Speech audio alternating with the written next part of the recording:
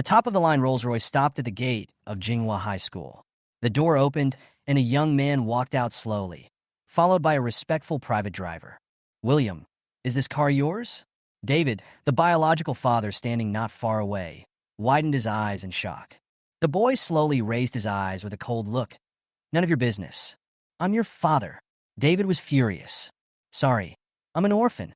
The boy's words made David pale. The next second, Dora, the biological mother, rushed up and raised her hand to hit him, but was grabbed by the bodyguard.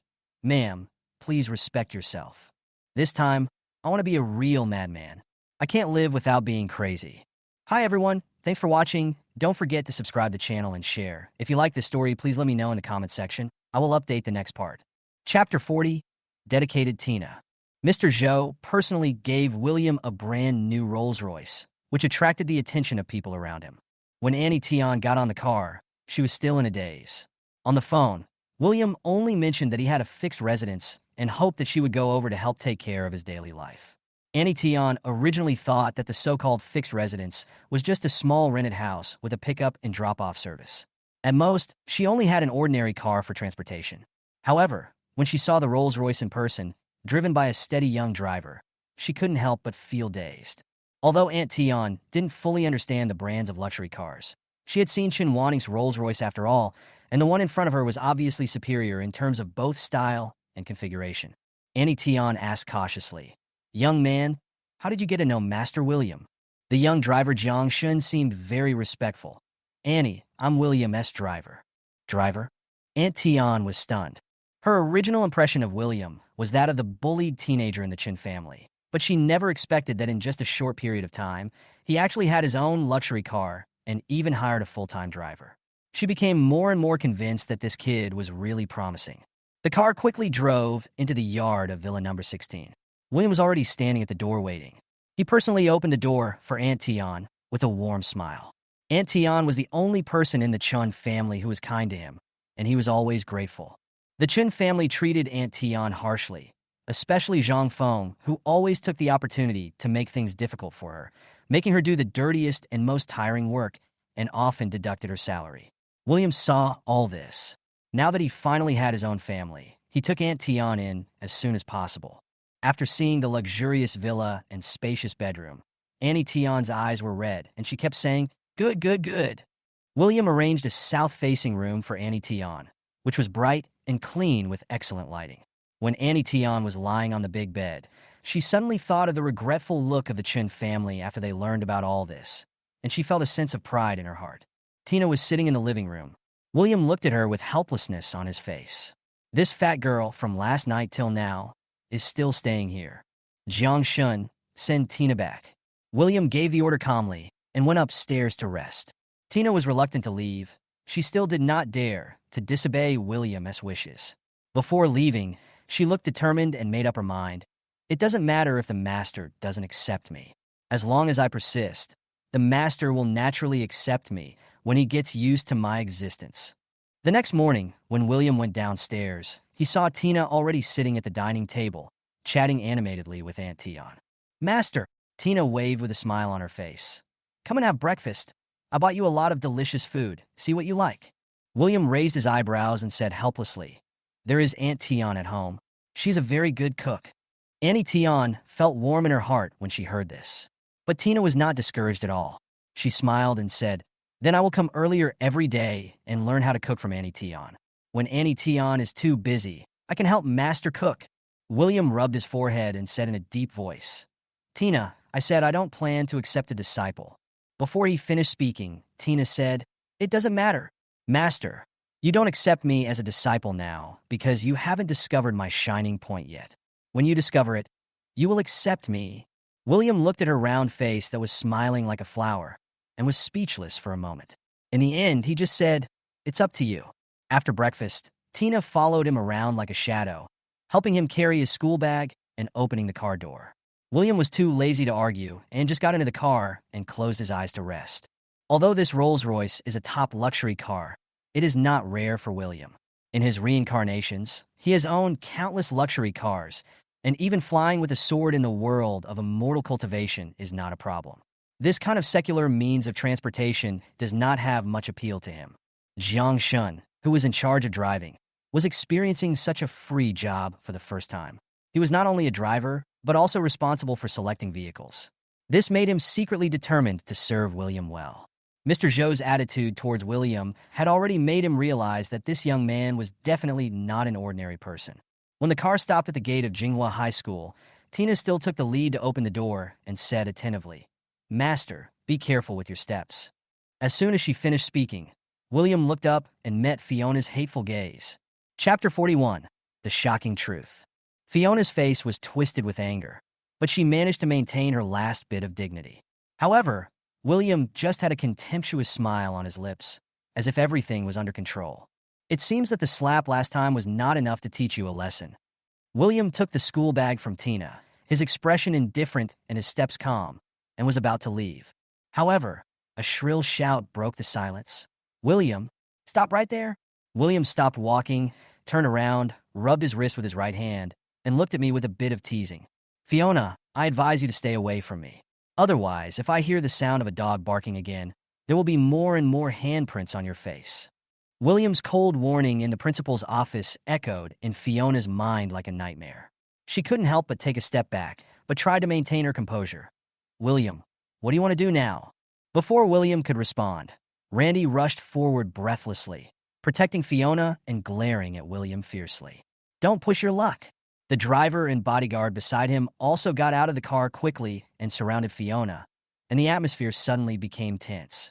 William couldn't help laughing when he saw this, his voice full of mockery. "What? Fiona, now you need a bodyguard to back you up, even when you talk to me."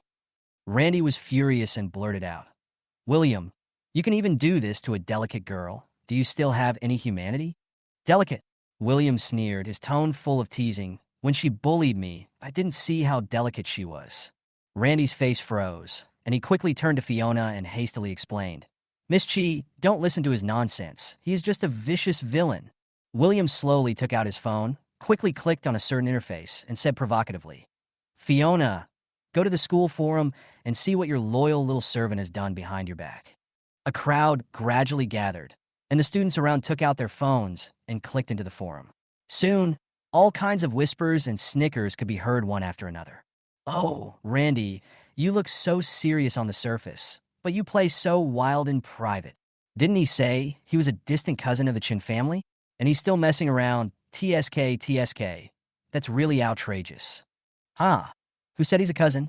He's the son of the Chun family's housekeeper, not a relative at all. I guess he wants to be a live-in son-in-law." Hearing these words, Randy's face turned extremely ugly and he looked flustered. At this moment, he finally took out his phone and opened the forum. But the next second, he felt like he was falling into an icy cave. In the post, a video was pinned at the top. The video clearly recorded a scene in the corridor one day. When the nanny left the room, she accidentally dropped a piece of clothing. Randy appeared stealthily, picked up the item, and looked at it with a lewd look as if it were a treasure. Then he slipped into Fiona's room and came out a few minutes later, looking flustered. Fiona stared at the video, her face pale, and she raised her hand in anger and slapped Randy loudly. "Randy, how dare you do such a thing?" After the slap, Randy's cheek quickly became red and swollen, but he felt no pain at all. Instead, his face was filled with despair. He knew that everything was over. Fiona's trust, the protection of the Chen family, and even his father's job might be lost. "William," he glared at William angrily, his voice full of venom. "Why did you want to destroy me?"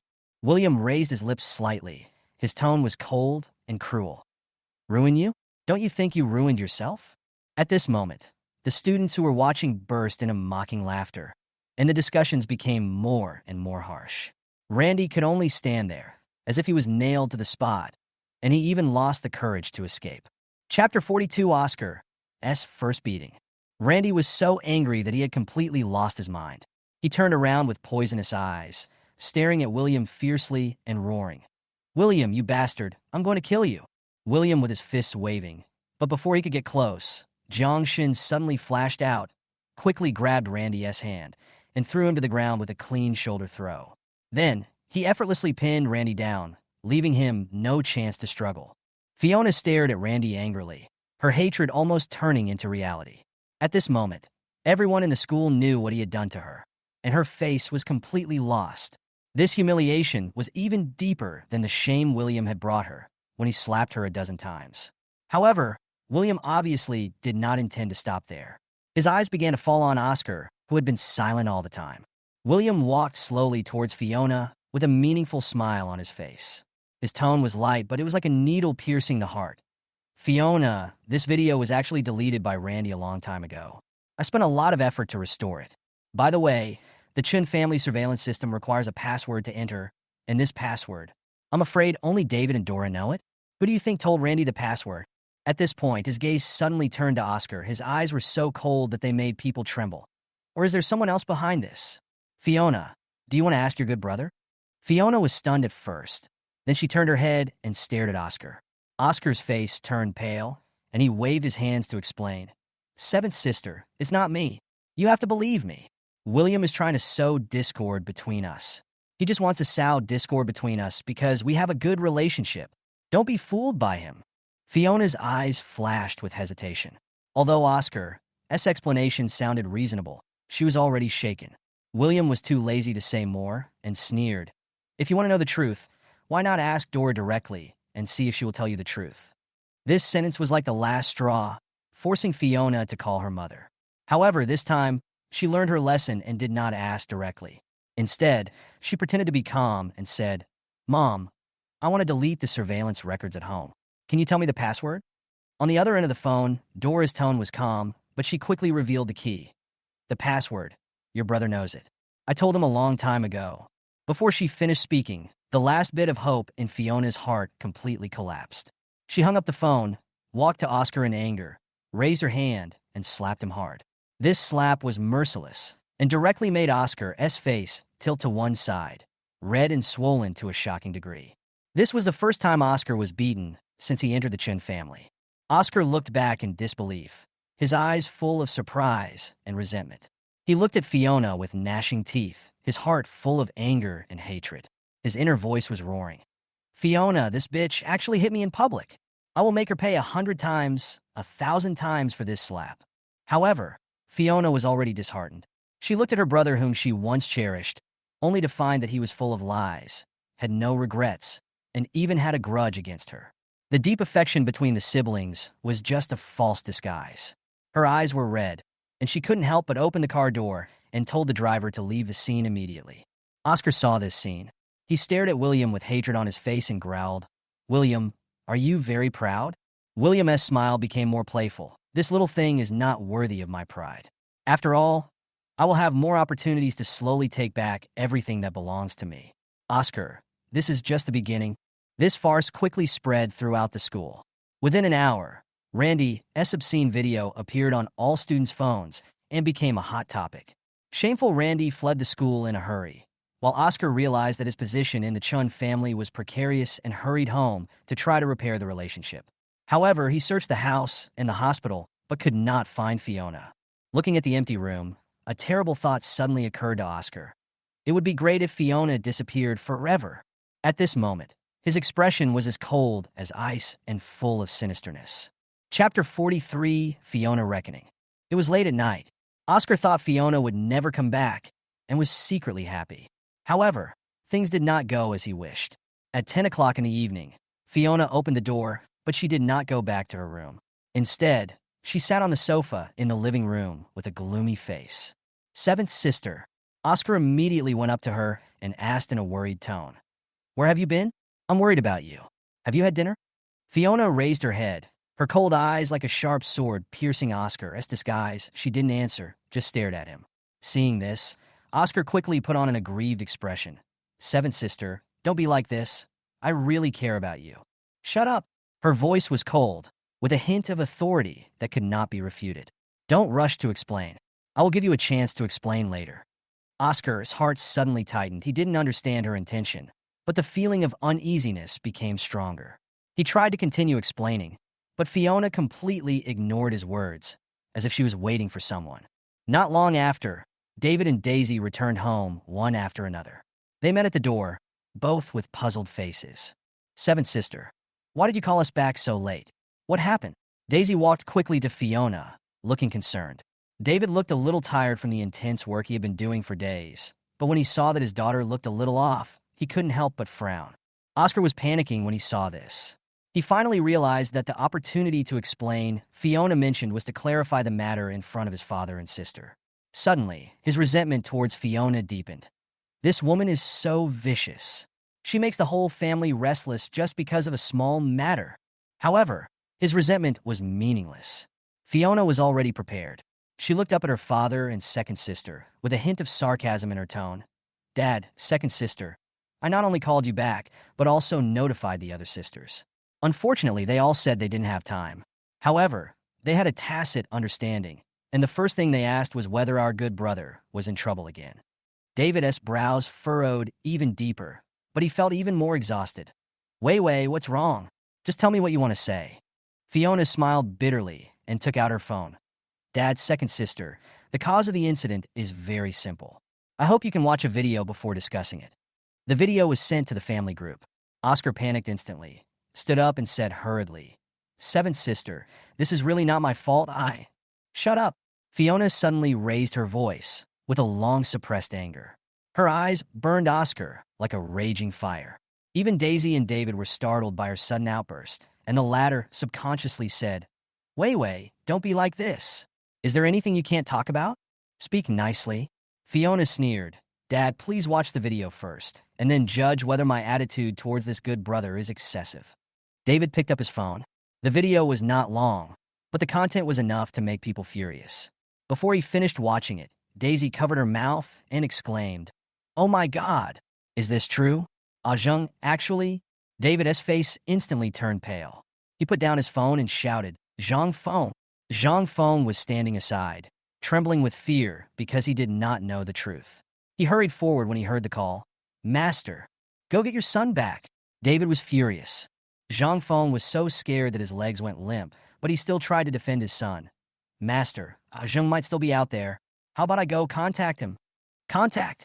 David slammed the table and said coldly, Look at what your precious son has done. How dare you covet my daughter? Zhang Feng, is this how you and your son repay my kindness to you? Zhang Feng broke out in a cold sweat when he heard this, and he knelt down hurriedly. Master, if Zheng really did something wrong, you must not forgive him, and I will never protect him. At this moment, Randy hurried home and saw his father kneeling on the ground. He was immediately panicked. He rushed over to help his father up, but Zhang Feng angrily scolded him. Beast, kneel down. Randy gritted his teeth and knelt down, his face flushed, his voice trembling. Master, I know I was wrong, but it was because I lost control for a moment that I did such a thing. Please, for the sake of my father's many years of service to the Chun family, forgive him. Forgive me? Fiona snorted coldly. Randy, do you want me to thank your father for his sacrifice over the years? Tell me, is all this the price you and your son paid for the Chun family? Or is it the salary you deserve? Randy was speechless and could only lower his head in silence. Zhang Feng's face was filled with shame. He suddenly stood up, picked up the horsewhip on the coffee table, and whipped his son fiercely. You beast! I'm going to beat you to death today. The sound of the whip breaking in the wind echoed in the living room. Randy cried bitterly, but no one sympathized with him. His embarrassment and Zhang Feng's anger were exactly the true portrayal of the Chun family's indifference. Chapter 44. Oscar was kicked out of the Chun family. Snap! The sound of the whip breaking through the wind resounded throughout the living room. Randy's back was hit hard, and the pain made him kneel to the ground instantly, with cold sweat oozing from his forehead. His face was pale, but he didn't dare to resist. Beast! Zhang Feng was furious. He whipped the man again and roared at the top of his lungs. Who are you? How dare you covet Miss Seven and humiliate her like this? Today, I will beat you to death, even if it means seeking justice for Miss Seven. Every time the whip fell, it was filled with endless anger. Randy's body kept shaking and his face became paler, but Zhang Feng had no intention of stopping. This scene calmed David's anger a little, but also made him feel a little reluctant. However, Fiona had no expression on her face, only hatred in her eyes. She looked at the father and son coldly, with only one thought in her mind. If Randy could die, perhaps those disgusting memories could be completely erased. Fiona and David's reactions with his peripheral vision. He knew that these physical pains alone would not be enough to restore the trust that they had lost in the Chen family. So he raised his tone and lowered his posture. You beast! The master and the mistress treat us father and son so well every day. How dare you do such a thing? You are going to make it impossible for me to be a human being in the Chun family for the rest of my life." Having said that, he whipped him again with all his strength. Suddenly, Zhang Feng's hands trembled and his movements suddenly stopped. He covered his chest, his face flushed, his body swayed, and then he fell straight to the ground. "Dad!" Randy screamed, and he rolled and crawled toward Zhang Feng, helping him up. Then, he knelt down in front of David with a horrified face, kowtowed and begged for mercy. "Master, please save my dad. As long as you are willing to save him, Miss Seven will do whatever she wants to me. Please call an ambulance." David frowned, feeling mixed emotions, but he finally couldn't bear it and waved his hand to signal his servants to call the emergency number. Half an hour later, the ambulance arrived and Zhang Feng and his son were sent to the hospital together.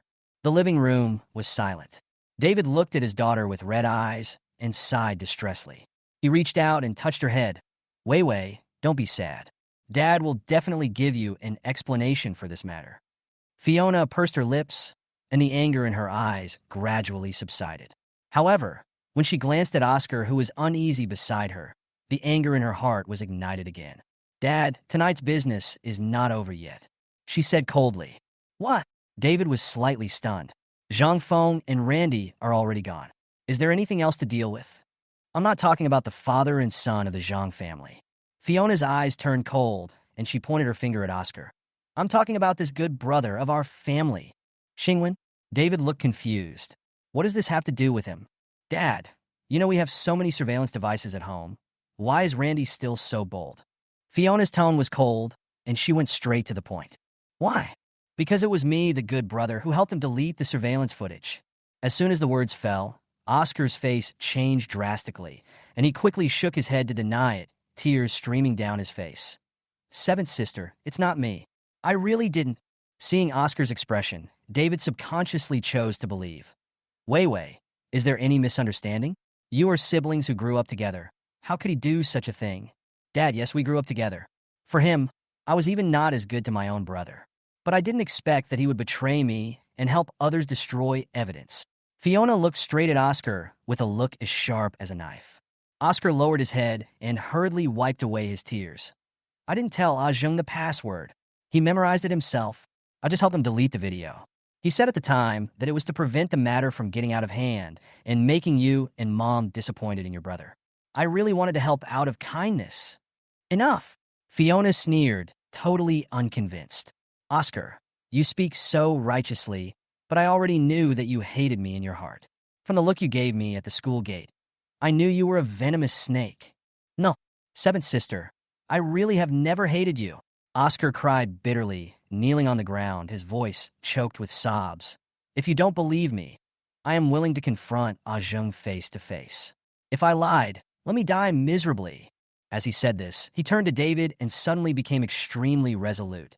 "Dad, I know I am not qualified to stay in the Chen family anymore. I am not your real son. I took your place. I have always wanted to leave and give everything back to my brother, but I can't bear to do so.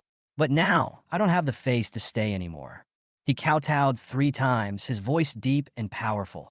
"Dad, thank you for your love over the years. If there is an afterlife, I hope to be your real son." After saying that, Oscar stood up, ran out of the living room without looking back, and rushed into the night. "Xingwen!" David shouted, trying to keep Oscar, but Oscar had already disappeared. At the same time, in Villa number 16 of Chongyuan, William stared at the real-time monitoring screen of the Chun family on the computer screen, sneered, and whispered sarcastically, "Idiot." Chapter 45, William removes evil spirits.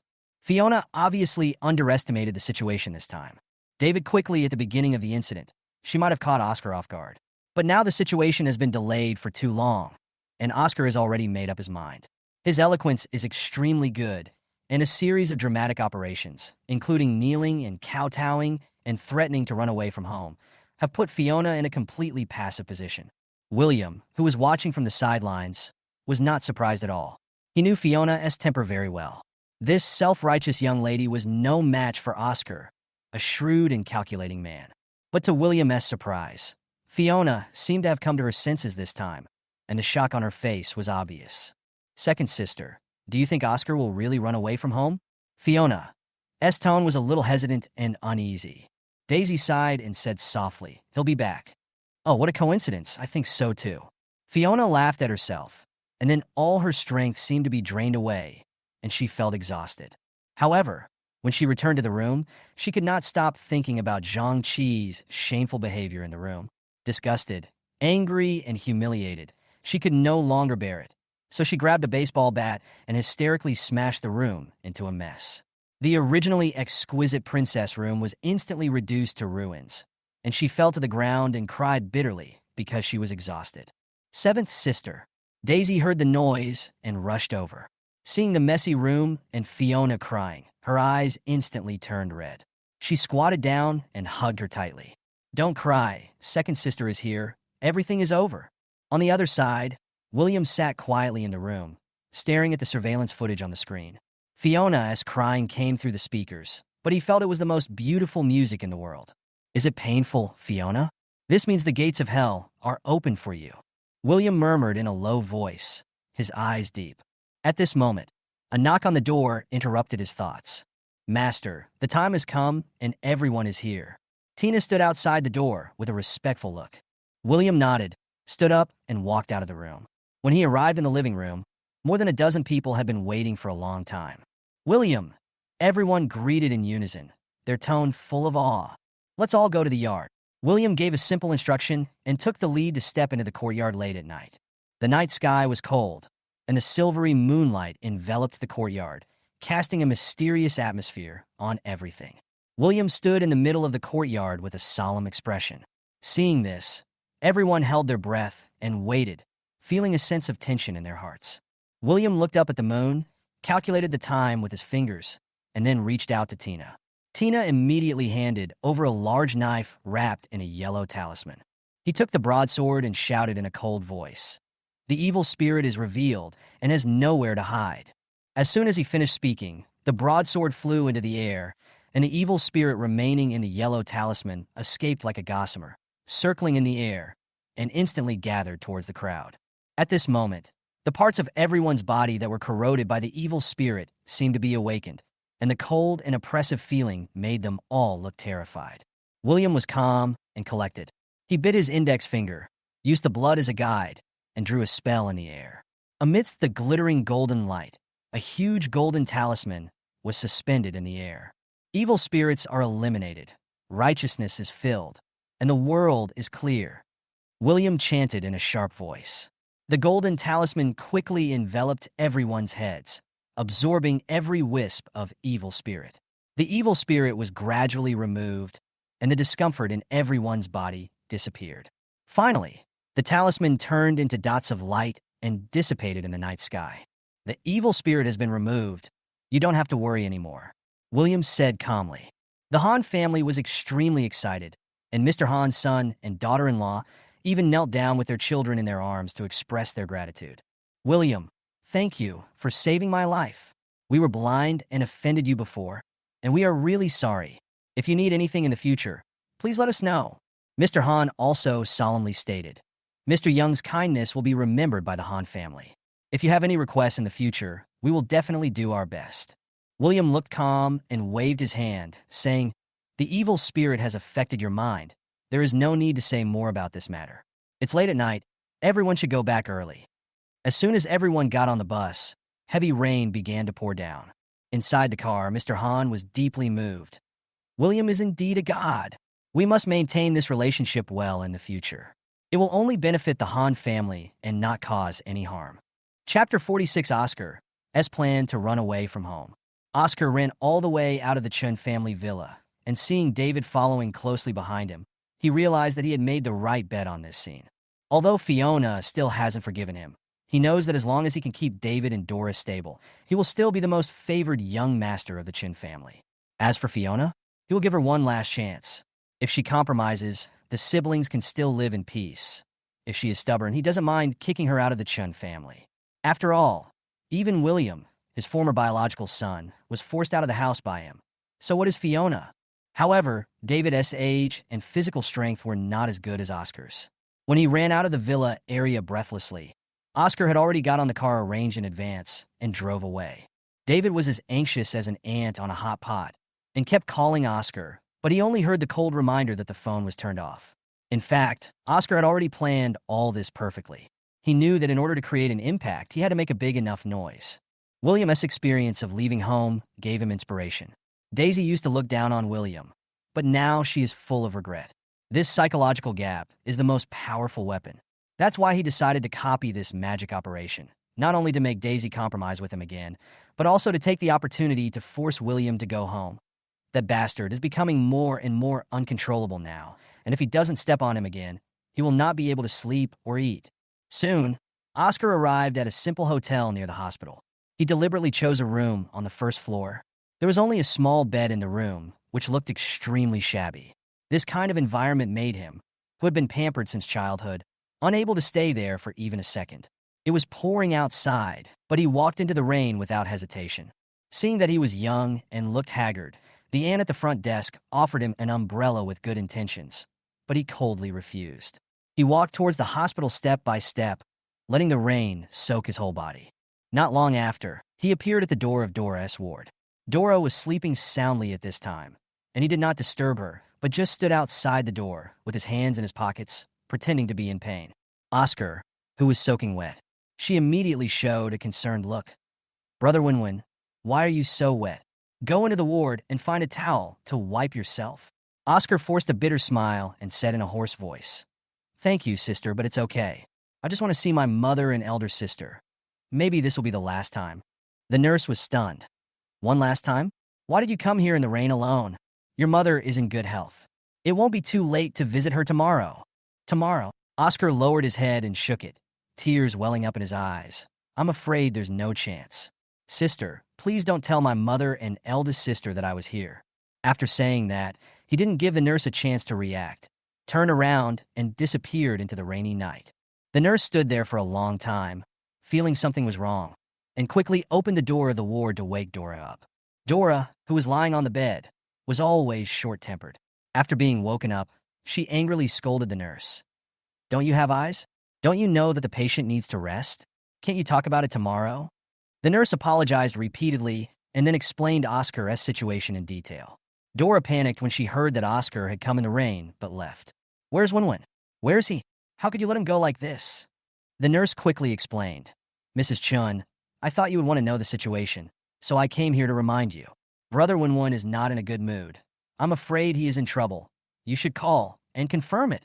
As soon as these words came out of her mouth, Dora became even more furious. "How dare you curse my son? How can you be so vicious? If anything happens to my son, I will never let you go." The nurse looked aggrieved and stuttered in anger. "Mrs. Chun, I'm telling you this out of kindness." "Who asked you to pretend to be kind?" Dora snorted coldly and then called David.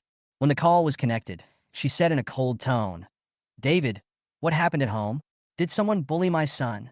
Winwin went to your place?" David's tone was full of surprise. "Of course he's not here. He came and left, all wet and crying. What on earth did you do? Did someone bully him?" Dora's voice became sharper and sharper. David had no choice but to simply recount what happened at home. Upon learning the truth, Dora flew into a rage.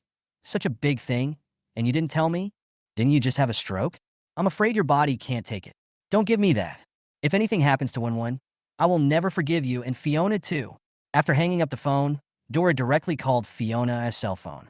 Fiona had just experienced an emotional breakdown and was exhausted, sleeping in Daisy's room. The vibration of her cell phone woke them up, and she answered the call in a daze. "How dare you sleep?" Dora was furious on the other end of the phone.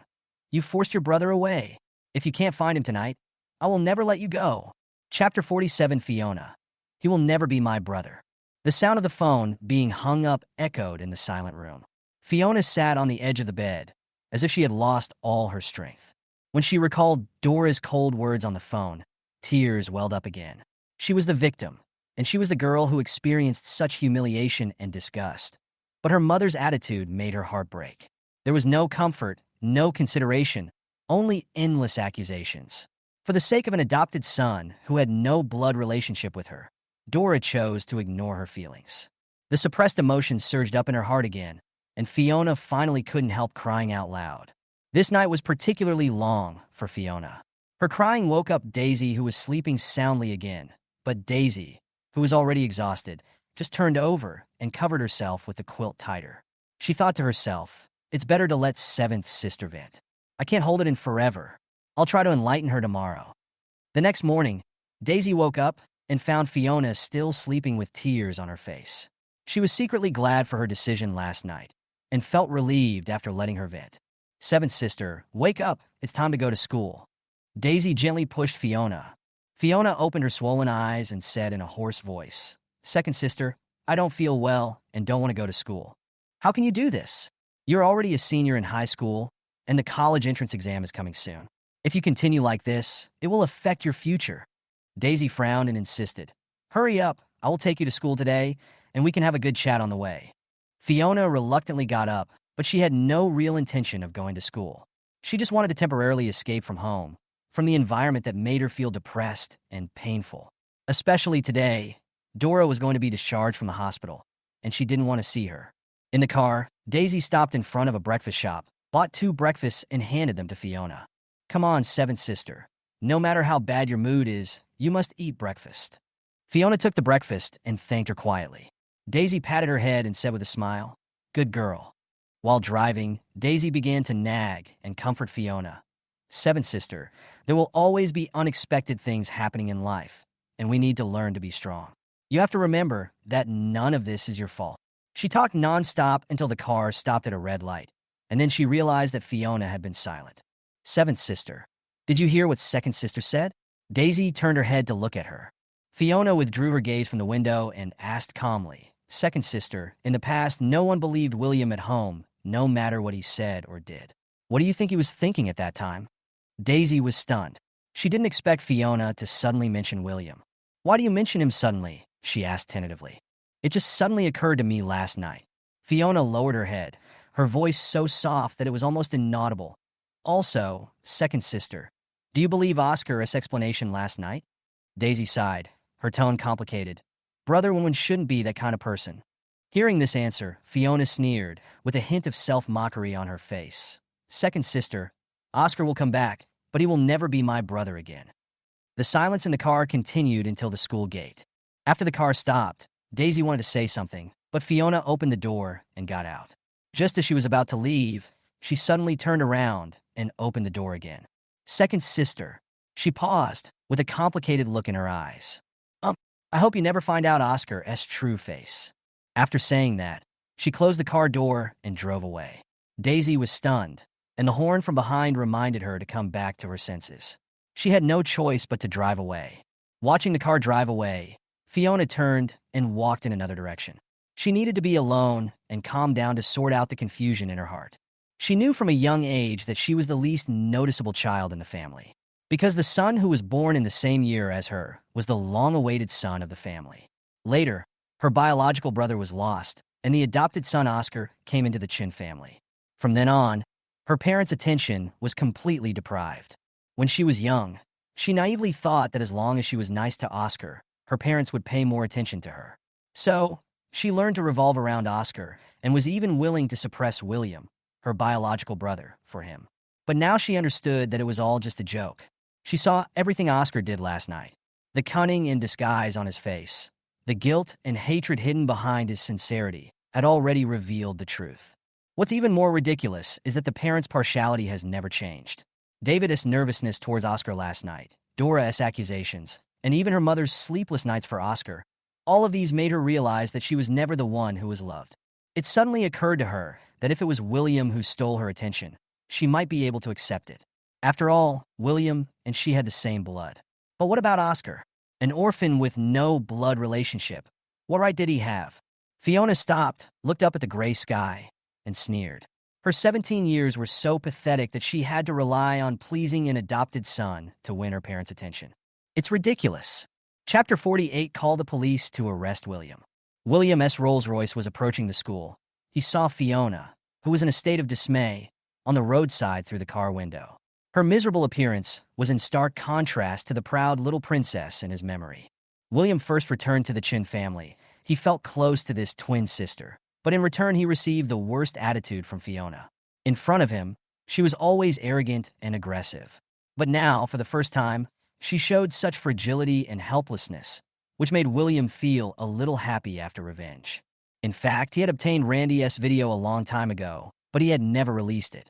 He was waiting for an opportunity, a chance for Fiona to completely recognize Oscar's true face and her true status in the Chen family. He wanted to personally destroy the pride she once had in front of him, let her feel the taste of being treated coldly, and even fall into the abyss of endless regret.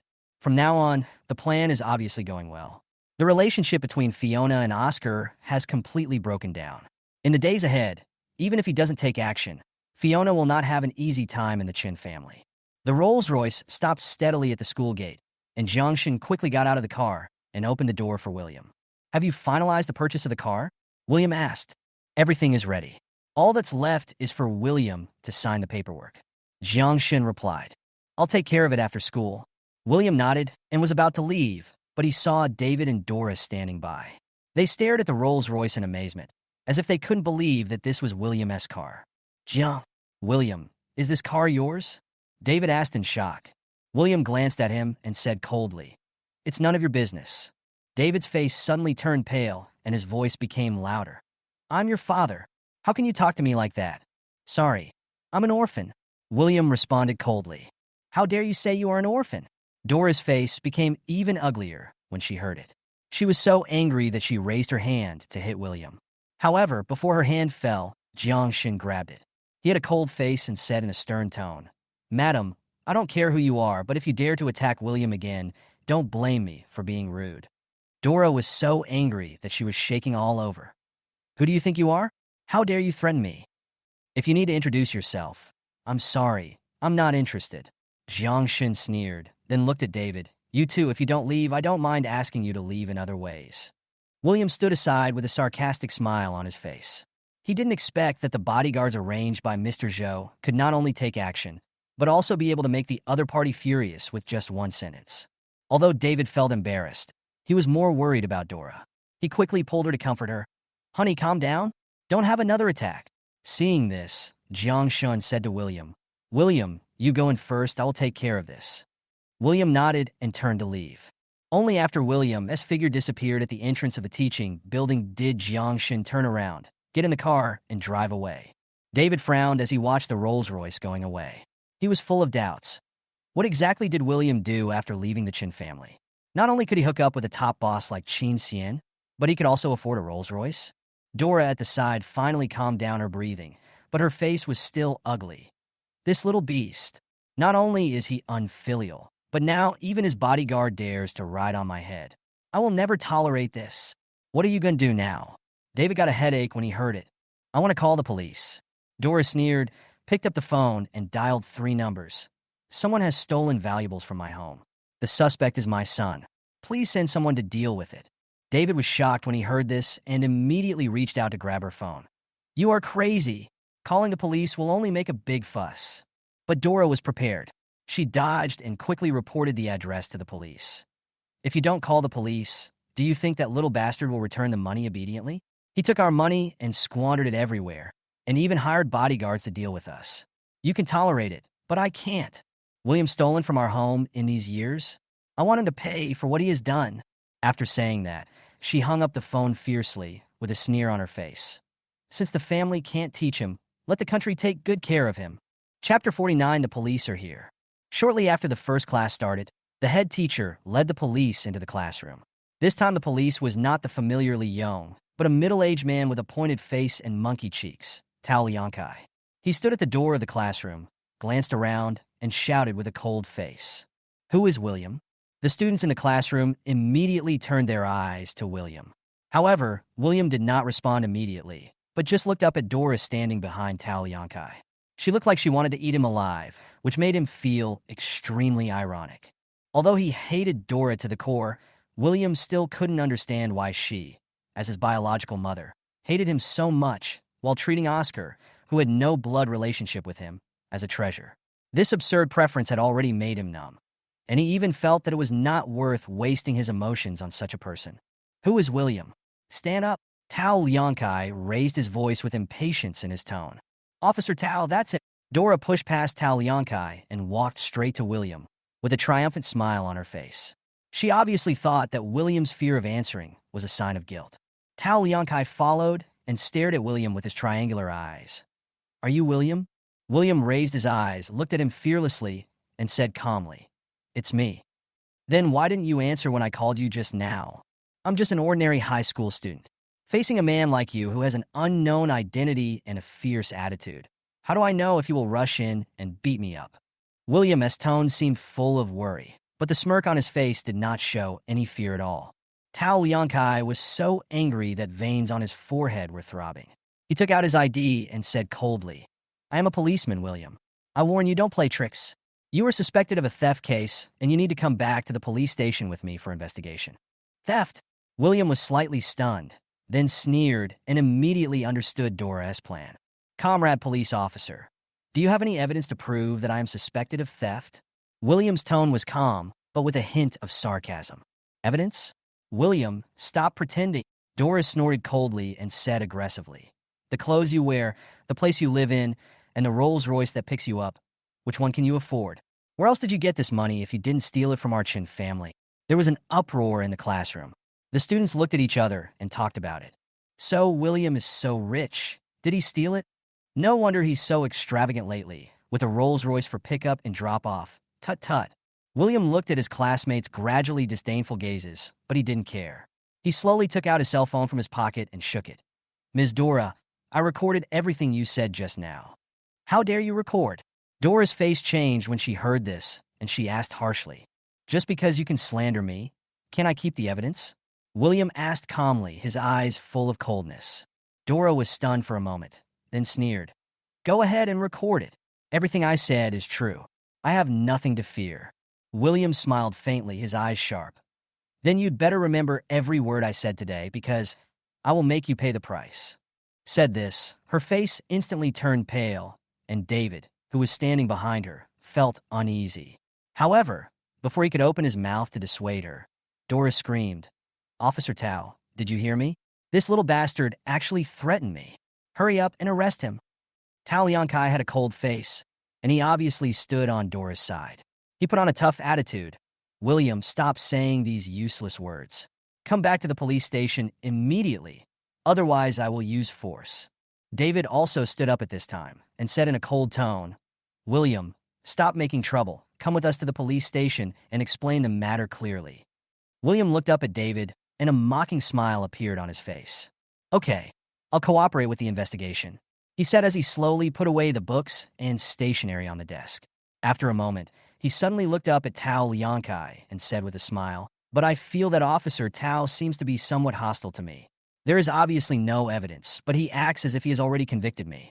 This kind of prejudice is really frightening." Without waiting for Tao Liangkai to react, William picked up his phone and made a call. "Uncle Chin, I need a lawyer to come to the school to cooperate with the police to deal with some minor troubles. By the way, please help me sue a defamation case," he said in a calm tone, not caring at all about Dora's angry face. There was a dead silence in the classroom, and everyone held their breath, trying to digest this sudden reversal. Chapter 50. Tao Liangkai is attacked. William got into the police car. He looked relaxed, as if he was on vacation instead of being taken to the police station as a criminal suspect. This unusually calm performance made Tao Liangkai, who was sitting in the passenger seat, nervous. He began to worry. Is Dora really slandering this kid? However, Tao Liangkai was not worried about wrongly accusing William, but was afraid that if he could not convict him, David and his wife would be dissatisfied with him. He made a decision in his heart. He must be tougher in his attitude towards William to show his loyalty. The police car drove into the yard of the police station. William opened the door and got out of the car calmly. David and his wife followed closely behind him, with the same condescending expressions on their faces. In order to show his professionalism, Tao Liangkai took 2 quick steps, came behind William, and stretched out his hand to push him. "Hurry up. Do you think this is a tourist attraction?" But just when his hand was about to touch William, William suddenly turned around, leaving Tao Liangkai empty-handed. A sense of weightlessness surged into his heart, and Tao Liangkai slipped and fell heavily on the steps. With a bang, his knee hit the edge of the step, and his forehead also hit it directly. Instantly, he felt a sharp pain in his knee, and blood gushed out from his forehead, blurring his left eye. "Ah!" Tao Liangkai screamed, covering his wound and roaring with gritted teeth. "William, did you do this on purpose? Why did you turn around suddenly?" William smiled faintly, his expression indifferent.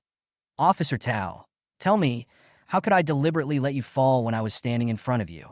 Was it because your feet were out of control? Or did you have some bad ideas in your mind?" "You!" Tao Liangkai was so angry that he couldn't speak, but the blood on his forehead flowed faster. Dora saw this. She immediately screamed, "William, how dare you hurt a police officer?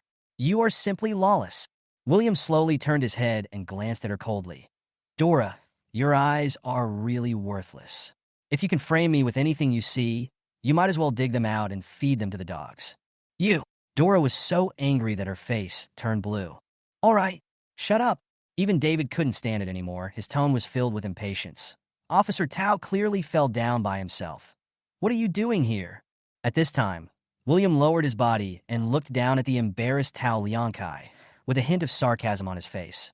"Officer Tao, you should not always have bad intentions. Look, you are getting your retribution, aren't you?" Tao Liangkai stared at William. His heart was filled with rage, but he was also dizzy with anger at the half-smile on his face. He suddenly understood. William had already noticed his intention and deliberately avoided him to let him reap what he had sown. At this moment, a deep voice came from the office building. "William." Everyone looked in the direction of the voice and saw Chen Cen in a neat suit, walking slowly towards them.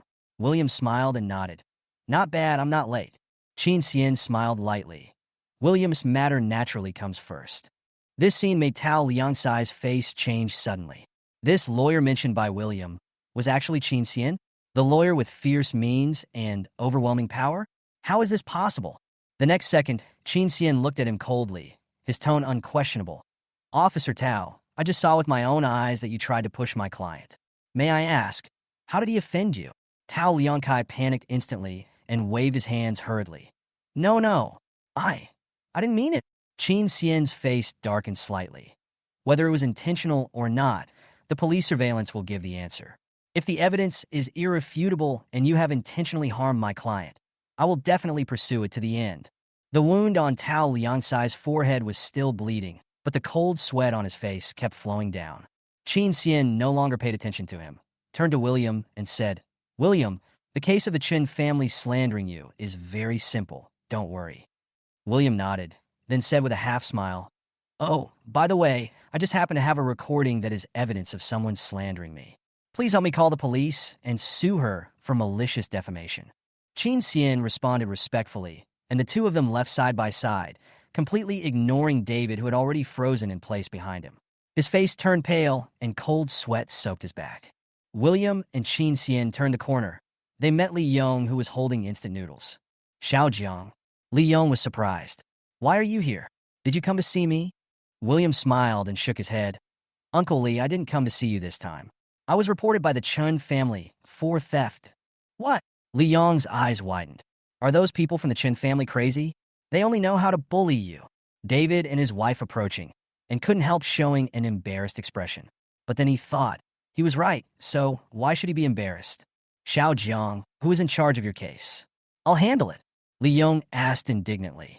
William chuckled. "It should be Officer Tao lying at the door, but he may not be able to get up for a while." D51 Dong Fierce Confrontation in the Mediation Room. Fierce confrontation in the mediation room. The atmosphere in the mediation room was stiff and depressing. Dora sat opposite William, her face full of disgust and dissatisfaction. She looked at William sharply, as if she looked down upon everything about him. How could such a good-for-nothing be my Dora's son? She was furious, and felt more and more that the boy in front of her was a big stain on her life. In comparison, Oscar, her adopted son, was elegant and sensible, which was a world of difference. Thinking of Oscar, Dora's eyes flashed with worry. As early as when she was discharged from the hospital, she and her husband David were going to Jinghua High School to look for him, but Oscar turned off his phone. Thinking that the child might be hiding alone in a corner and feeling sad, she felt a sharp pain in her chest and even had difficulty breathing. This is all William's fault. She looked at William with an increasingly cold gaze. After dealing with this evil creature, I can take care of my Xingwen with peace of mind. She had even planned that after sending William to prison, she would take his Rolls-Royce for herself and give it to Oscar as a car for school. Anyway, the car was bought with the Chun family's money. so it would be reasonable to take it back. Unable to conceal impatience. Thinking of this, Dora became particularly impatient. She wanted to skip all the procedures immediately, handcuff William and throw him into a cell and never see him again. Had discussed countermeasures with David in advance and believed that the reason why William dared to be so rampant was nothing more than relying on Chen Cen as a backer. Therefore, she decided to defeat William fundamentally, let Chen Cen abandon him. She cleared her throat and turned to Chen Cen with a fake smile. "Lawyer Chen, can I ask you a question?" William has cold eyes. William raised his eyelids, glanced at Dora lazily, and raised the corners of his mouth slightly. He knew very well that this woman must be planning some conspiracy again. However, Chen Xian's attitude was as cold as ice. "Mrs. Chun, I am not obliged to answer your questions. If you have anything to say, please wait until the police come in." Dora was choked and speechless for a moment, her face flushed. But she quickly adjusted her mood and continued to talk to herself. "Lawyer Chen, your integrity and reputation are well known in the circle. But I really don't understand why someone like you would defend William." Trying to reveal the truth. Seeing that Chen Cen didn't seem to want to interrupt, Dora became more confident and her words became more sarcastic. "Actually, I didn't want to mention these things. It's too embarrassing. But in order to prevent you from being deceived by William, I have to tell you the truth. Although William is my biological son, he is really a bad boy. He has been disobedient since he was a child, stealing money from home and causing chaos. Some time ago, he even made me so angry that I was hospitalized and even had a stroke. You don't know, do you? He even dared to attack my eldest sister. Last time she was kind enough to take him home, but she was beaten and sent to the hospital." William couldn't help but sneer at these exaggerated words. "William, what are you laughing at?" Dora glared at him. William raised his eyebrows and asked, "Did you really have a stroke?" Dora was furious when she heard this. "William, you made your own mother have a stroke, and you think it's funny?" David on the side also interrupted. "William, you really went too far this time. No matter how dissatisfied you are, you can't make your mother so angry." William's counterattack. William laughed out loud, his eyes full of teasing. "Stroke? You should thank Tina for giving you a stroke with just a few words. This is real skill. I must reward her well when I get back." "William, you beast." Dora was so angry that she slammed the table and turned to glare at Chen Cen. "Lawyer Chen, you actually defended such a person. Aren't you afraid of ruining your reputation?" Chen Cen looked normal, even showing a hint of a sneer. "Mrs. Chun, I have all the recordings of your slander against my client. These recordings will serve as evidence for my countersuit against you for defamation." At this point, his tone paused, his eyes cold. "Also, Madam Chun, our Chen family values blood the most. I cannot agree with your behavior of holding your adopted son in your hands while forcing your biological son to flee." Hidden foreshadowing. Hearing this, William suddenly said, "Mrs. Chun, do you know how many times you have called me a little beast since I returned to the Chen family?" Dora was stunned. "What do you mean? You are a little beast." William raised a sneer at the corner of his mouth. "It's nothing, just reminding you to avoid bad karma. Otherwise, the karma will backfire, and I'm afraid you won't be able to bear it." Dora sneered when she heard this. "William, you are so superstitious that you dare to tell me about karma backlash?" William shrugged and stopped talking. His hand on his leg moved slightly, and a hidden curse quietly entered Dora's body. If she learns to control her words and actions from now on, maybe she can be safe. But if she continues to speak ill of me, she will suffer the consequences. Chapter 52, No Evidence. Case closed. Undercurrents in the mediation room. As soon as Li Yong stepped into the mediation room, he sensed the faint smell of gunpowder in the atmosphere. He looked at the calm and self-controlled boy opposite him, then looked at Dora's eyes that looked like she wanted to eat someone, and couldn't help but sigh in his heart. Learning that William was the biological son of the Chen family, Li Yong had investigated his experience. The result made him angry and helpless. This family was simply crazy. The son who was lost and found was not treated as a treasure, but was repeatedly framed and hurt. First, his sister called the police and accused him of intentional injury, and now his biological parents came to accuse him of stealing. It was ridiculous. "Now, I am in charge of this case," Li Yong said coldly. As soon as the words fell, Dora frowned immediately. "Why is it you? Where is the Officer Tao from before?" Li Yong looked at her, his expression unchanged. "Officer Tao was injured on duty. and it was my superior's decision that I took over. If you have any opinions about the way I handled the case, please feel free to report it to your superiors. Now, please don't interrupt me at will." Dora's face darkened when she heard this, but David beside her stopped her. "Okay, let Officer Lee start." A poorly made complaint. Lee Yong nodded and asked directly, "Mr. Chun, Ms. He, since you called the police and reported that William was suspected of theft, do you have any substantial evidence?" "Evidence?" Dora sneered, her tone full of contempt. "Look at what he's wearing and using now. And his Rolls Royce. With his ability, without our Chun family's money, he would never be able to afford it in his lifetime." Lee Yong was unmoved and said calmly, "So, your accusation is only based on his improved living standards?" "What do you mean?" Dora's voice suddenly rose, and she angrily accused, "Did you accept benefits from William? You actually spoke for him?" Lee Yong's eyes darkened, and he said in a cold voice, "Ms. He, it is illegal to slander public officials. Please be careful with your words." Then he turned to William and said in a softer tone, "William, what do you want to say?" William smiled lightly and stood up. "She's crazy." "Who are you saying is crazy, you little bastard?" Dora's anger almost overwhelmed her. William was too lazy to argue and said directly, "Officer Lee, evidence is king. Since they accuse me of stealing, please show me the list of items and the surveillance video. Otherwise, I will not cooperate with the investigation of this kind of slander without evidence in the future." "I have finished what I want to say. Let my lawyer handle the rest. Can I leave now?" "Of course." Lee Yong nodded and left the mediation room with William. The truth is hidden in surveillance. When he walked out the door, William suddenly stopped, turned around and asked, "Uncle Lee, is there anything you want to tell me?" Lee Yong nodded, his expression somewhat serious.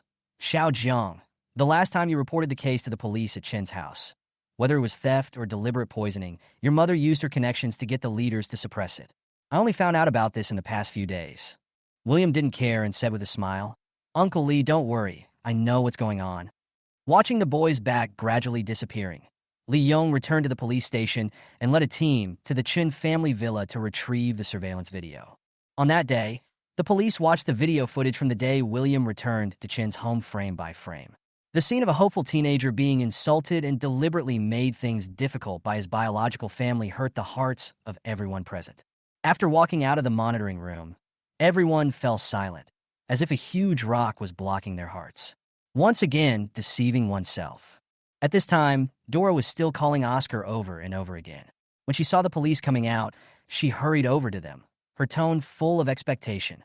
"How is it? Did you find evidence?" "No," Lee Yong responded coldly. "How could there be none?" Dora asked in disbelief. "Did you not look carefully, or did you deliberately cover up for that little beast?" Just then, she felt a dull pain at the corner of her mouth, but she didn't pay any attention to it. Lee Yong's face became more and more stern. "Ms. He, our law enforcement recorder recorded the entire surveillance viewing process. If you don't believe it, you can complain at any time." Hearing this, Dora's face froze, but she quickly justified herself. "One must have been worried that I would be angry after seeing it, so she deleted it in advance. This child is so kind."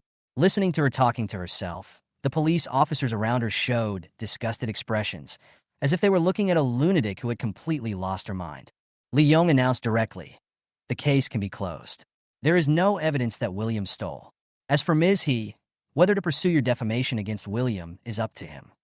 After saying that, Lee Yong led the team away. Silent revenge. On the way back to the police station, the young female police officer finally couldn't help asking, "Captain Lee, why didn't you let me say a few fair words for William just now? He is such a good person, and that family doesn't deserve him at all." Lee Yong chuckled. "Since you know they are not worthy, there is no point in saying anything." The policewoman continued with red eyes. "But William is so pitiful. He worked so hard but was treated like this." Lee Yong shook his head. "Don't worry, William no longer needs them. Wait until they see the true face of the adopted son and taste the taste of betrayal. Then they will know what pain is." Chapter 53. Can she still be William's sister? Oscar was caught in the rain last night and has a slight fever. I turned off my phone and slept until the afternoon. After waking up and turning on my phone, I realized that the outside world was in chaos. Everyone in the school's WeChat group was discussing William being taken away by the police. At first, he was somewhat happy because William had such bad luck. until he saw that the people who called the police to arrest William were David and his wife, that he suddenly panicked. If William really broke the law, he would be arrested and disappear completely from his world. But the key point is, he knows best whether William stole anything. Using this charge will not cause any harm to William at all, but will push him further away. In this way, it would be even more impossible for him to return to the Chen family and be under his own supervision. Oscar's plan was completely disrupted. He quickly got up, packed up, and left the penthouse apartment David bought for him near the school 3 years ago. Last night, he came out of the hospital and returned to the small hotel first. After staying there for a while, he climbed out of the window and left the small hotel and came to the top-floor apartment. It was true that he wanted to use the self-torture tactic, but he never thought of really putting himself in a difficult position. Anyway, in the end, all he has to do is let the Chen family see what he wants them to see. After Oscar climbed through the window into the shabby little room, he stayed inside for a while, then went out with a depressed look and deliberately greeted the front desk. When he entered the classroom, William, just as he expected, had completely gotten over the matter and was attending class peacefully. Oscar cursed in his heart, then pretended nothing had happened and returned to his seat. Dora learned from Oscar's class teacher that her baby son finally came to school and immediately called David, who was in a meeting at the company, and asked him to come to school together. When the two arrived, it was just time for school to be over. Dora looked at the huge crowds of students coming out of the school gate and looked anxiously for Oscar. "It's all your fault. I told you to hurry up, but you kept dawdling. If I can't find my son today, I'll never forgive you." Dora looked for a long time but didn't see Oscar, so she got angry at David. David didn't want to argue with her in public, so he just kept his mouth shut. A moment later, William and Oscar appeared at the school gate almost at the same time. "Son." Dora quickly walked towards Oscar. Oscar took a step back, as if he was too embarrassed to see Dora. "Where on earth have you been, kid? You didn't answer my phone calls or reply to my text messages. I'm scared to death by you." Dora hugged Oscar, her eyes red with excitement. William snorted as he passed by the loving mother and son. Isn't Oscar's self-torture tactic too short? But it seems that it has been very effective. "Master, I'm here to pick you up from school." Tino waited for William to walk up to him and said with a grin. William remembered how he had angered Dora to the point of having a stroke. A smile appeared on his face, and he nodded at her. David saw Jiang Shun respectfully opening the car door for William. His driving seemed more professional than his driver, and he was full of doubts. He opened his mouth and wanted to say something, but did not dare to speak, fearing that this rebellious son would embarrass him in front of so many people. "David, what are you still standing there for? Your son doesn't want to go home. Why don't you come over here quickly?"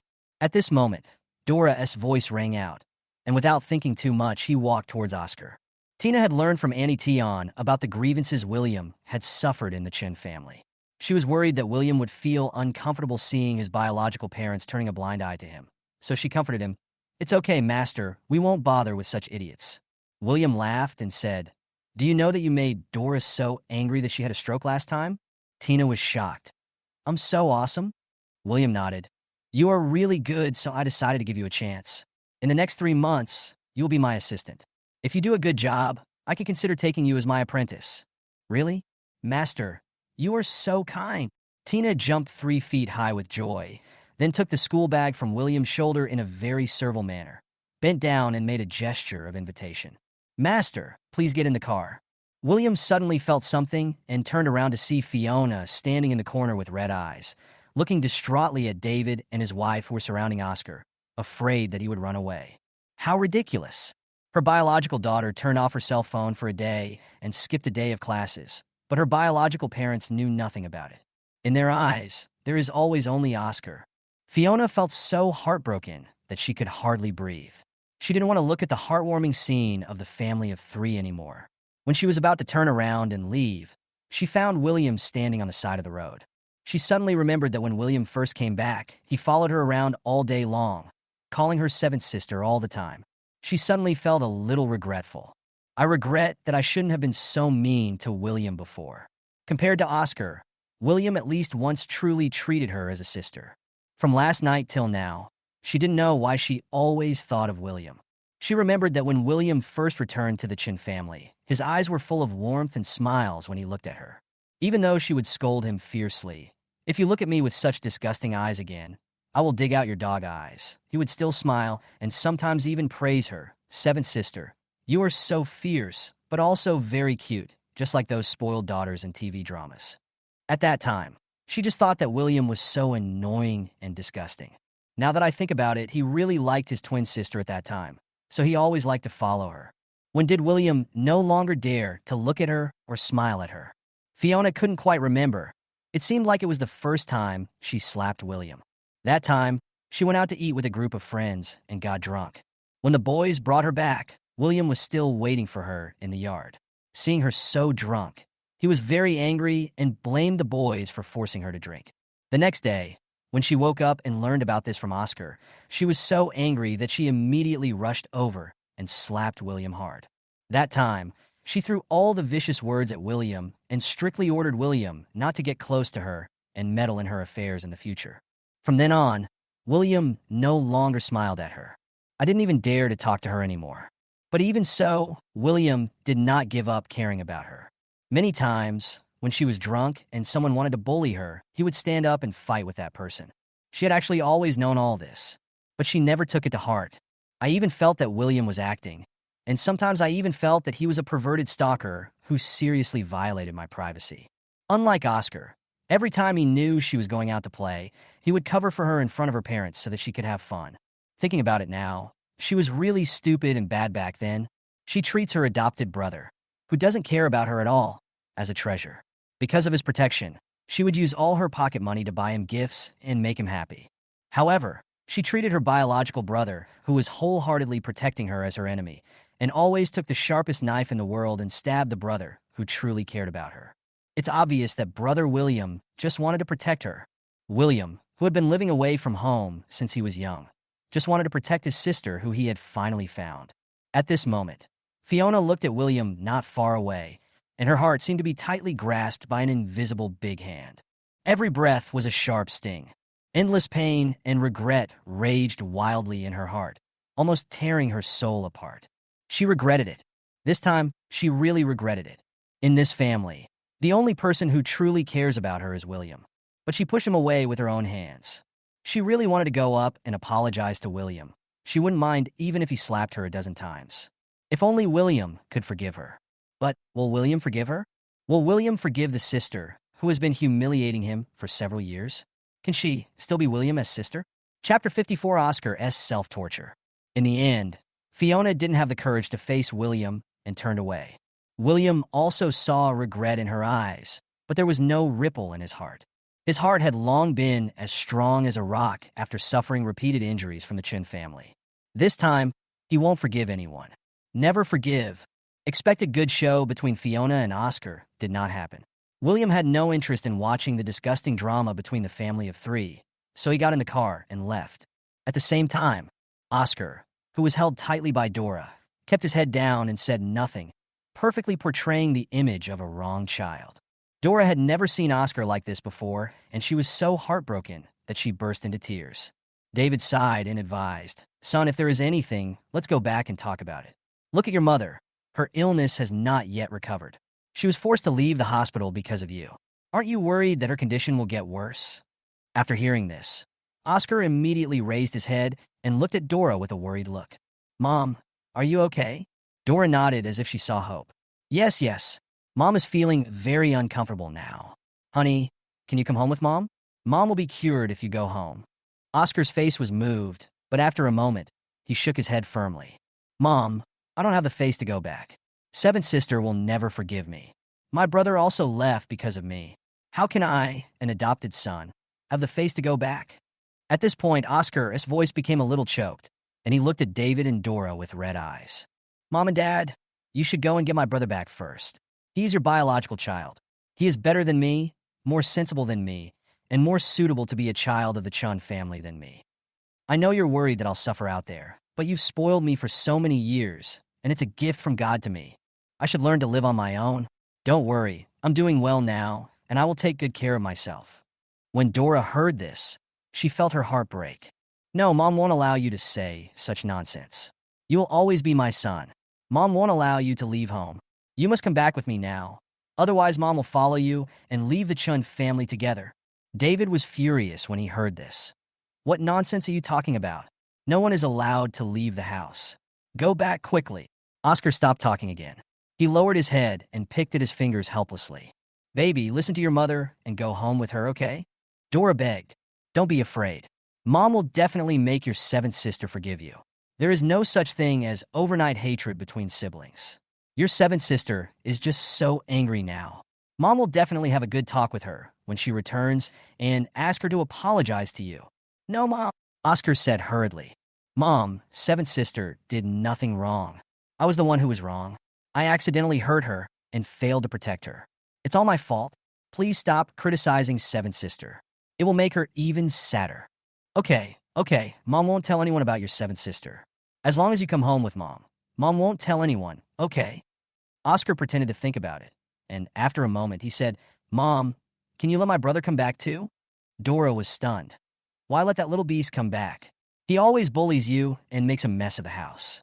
What if he comes back and bullies you again? No, Mom, my brother is actually a very good person. As long as I behave a little better, he will definitely not bully me. Mom, I actually like my brother very much. And I have always envied other people's families for having brothers. So can you and Dad please stop being angry with my brother and take him back?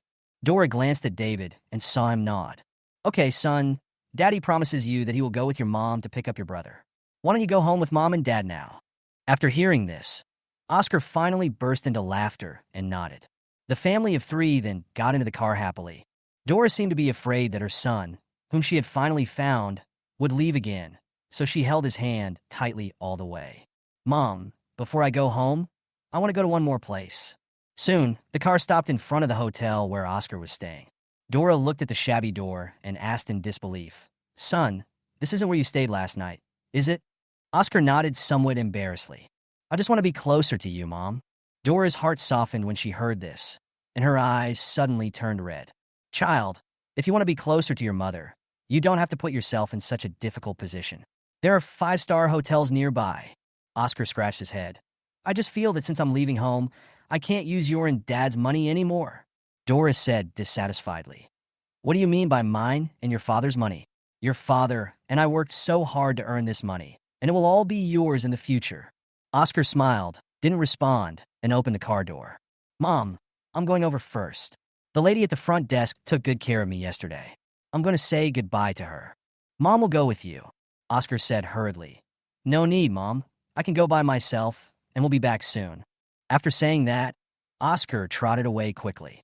When he reached the door, he looked back, as if he was afraid that Dora would follow him. Chapter 55, Fourth Sister Chun Lang. What happened next was exactly as Oscar expected. The more he acted like there was something he didn't want Dora to know, the more Dora wanted to know. She asked David to get out of the car and go into the small hotel. Dora thought that the conditions here must not be very good, but when she saw it with her own eyes, she still couldn't believe her eyes. Was this the place where her precious son stayed last night? Hello, I'm the mother of the child who just came in. I want to ask, which room does he live in? Dora walked to the front desk. 103, you can see it from the past. The receptionist looked at the well-dressed David and his wife, and thought of Oscar's distraught look last night, and immediately imagined a scene of a rich young man running away from home. When Dora walked over, Oscar was packing the instant noodles and snacks he bought last night. Dora felt heartbroken when she saw the small and cramped house, where half of the wall had fallen off and the house was full of moldy smell. Oscar heard footsteps and turned around. When he saw Dora, his face was full of surprise. Mom, why are you here? Didn't I ask you to wait for me outside? Dora's eyes gradually turned red. Oscar walked up to her in panic. Mom, don't be sad. This place is actually quite nice. I lived very comfortably here last night. Dora couldn't bear it anymore, so she hugged Oscar and stroked the back of his head with heartache. My dear, it's all my fault. I failed to protect you and made you suffer. Oscar's lips curled up into a smug smile. Jiang Xin chose for William was a Maybach. This car was originally customized by a friend of Mr. Zhou. It has top-notch configurations. Even if an ordinary person orders one, they will have to wait a long time. But Mr. Zhou learned from Jiang Xin that William wanted to buy a car, so he asked his friend to give it to William. The price exceeds 10 million. William thought that when he arrived at the car dealership, he could just swipe his card, pick up the car, and leave. Unexpectedly, a small problem occurred, and this problem was caused by an old acquaintance. As soon as William entered the car dealership, he saw a young couple standing next to a car. Although the young woman had her back to William, he still recognized her just from her back. Chun Lang. Chun Lang is the fourth child in the Chen family. Because she loves playing games, she founded a gaming company. Speaking of which, in his previous life, Chun Lang also made him successful. But in the end, Chun Lang also played a significant role in ruining him. In his previous life, after he returned to the Chen family, Chun Lang also ignored him. William knew that she loved playing games, so he worked hard to improve her skills. He was very talented in playing games and soon became a master in this game. He also added Chun Lang's WeChat as a netizen. He often takes her to play games and gives her various skins. Chun Lang was also very happy and asked him to play games on WeChat all day long, calling him brother all the time. He thought this would bring him closer to Chun Lang, so he often stayed up until the middle of the night and played games with Chun Lang. It was not until Oscar's mischief that Chun Lang found out that the younger brother in the game was his middle brother in real life. Biological brother. So, Chun Lang asked him to meet offline. That day, Oscar was very excited and arrived early at the meeting place they had agreed to meet. But who knew that the person who came in the end was not Chun Lang, but Chun Lang's boyfriend and several of his friends. That day, he was beaten so badly that he was sent directly to an ambulance. He thought it was all a misunderstanding. Chun Lang's boyfriend misunderstood their relationship, so he treated him like this. But who would have thought that when he returned home the next day with his wounded body, Fiona actually looked at him with disgust and said, "William, you really make me sick. If I find out that you lied to me again, I won't just give you a beating." William then realized that all this was arranged by Chun Lang. Those countless days and nights spent playing games with his fourth sister just to please her were described as disgusting deceptions in her eyes. But at that time, William did not see the true face of this family. He has been brainwashed into a fool who always looks for the cause in himself when anything happens. So he did not blame Chun Lang. Instead, I began to reflect on myself and realized that my flattering behavior was too much and not sincere at all. So he tried harder than before to please Chun Lang. He knew that Chun Lang's dream was to start her own game company, so he began to quietly learn how to make games. Chun Lang has mediocre abilities and often encounters difficulties during the game development process. He wanted to talk to Chun Lang and help her solve the problem, but Chun Lang would just scold him for being a country bumpkin who knew nothing. Seeing Chun Lang suffer a lot of setbacks during the entrepreneurial process and gradually become thinner, he felt pain in his heart. At this time, Oscar stepped forward, cheated countless plans from him, and handed them over to Chun Lang. Thanks to his help, Chun Lang was able to successfully launch several popular games, and the company was able to gain a foothold. Since then, Chun Lang's attitude towards him has become better. At least she would talk to him occasionally. He thought that Chun Lang had finally seen his efforts and began to accept him as her younger brother. Until one day, he accidentally learned that all the plans that Oscar had handed over for him were turned into Oscar as credit in Chun Lang's mouth. So after she succeeded in her business, she bought Oscar a car and a house. He was not convinced and wanted to get to the bottom of it, but was beaten half to death by her boyfriend again. Later, he held his breath, wanted to prove himself, and worked hard to establish his own game company. He thought that this time, he could finally get the recognition of these people. But he didn't expect that the Chen family would actually join forces to help Oscar take away his game and his company. Originally, he still had a chance to turn the tables, but in the end, it was Chun Lang, who was already a little famous in the gaming industry, who gave him the final blow. He completely lost everything he had worked so hard for, and was nailed to the pillar of shame for stealing Oscar as fruits of labor.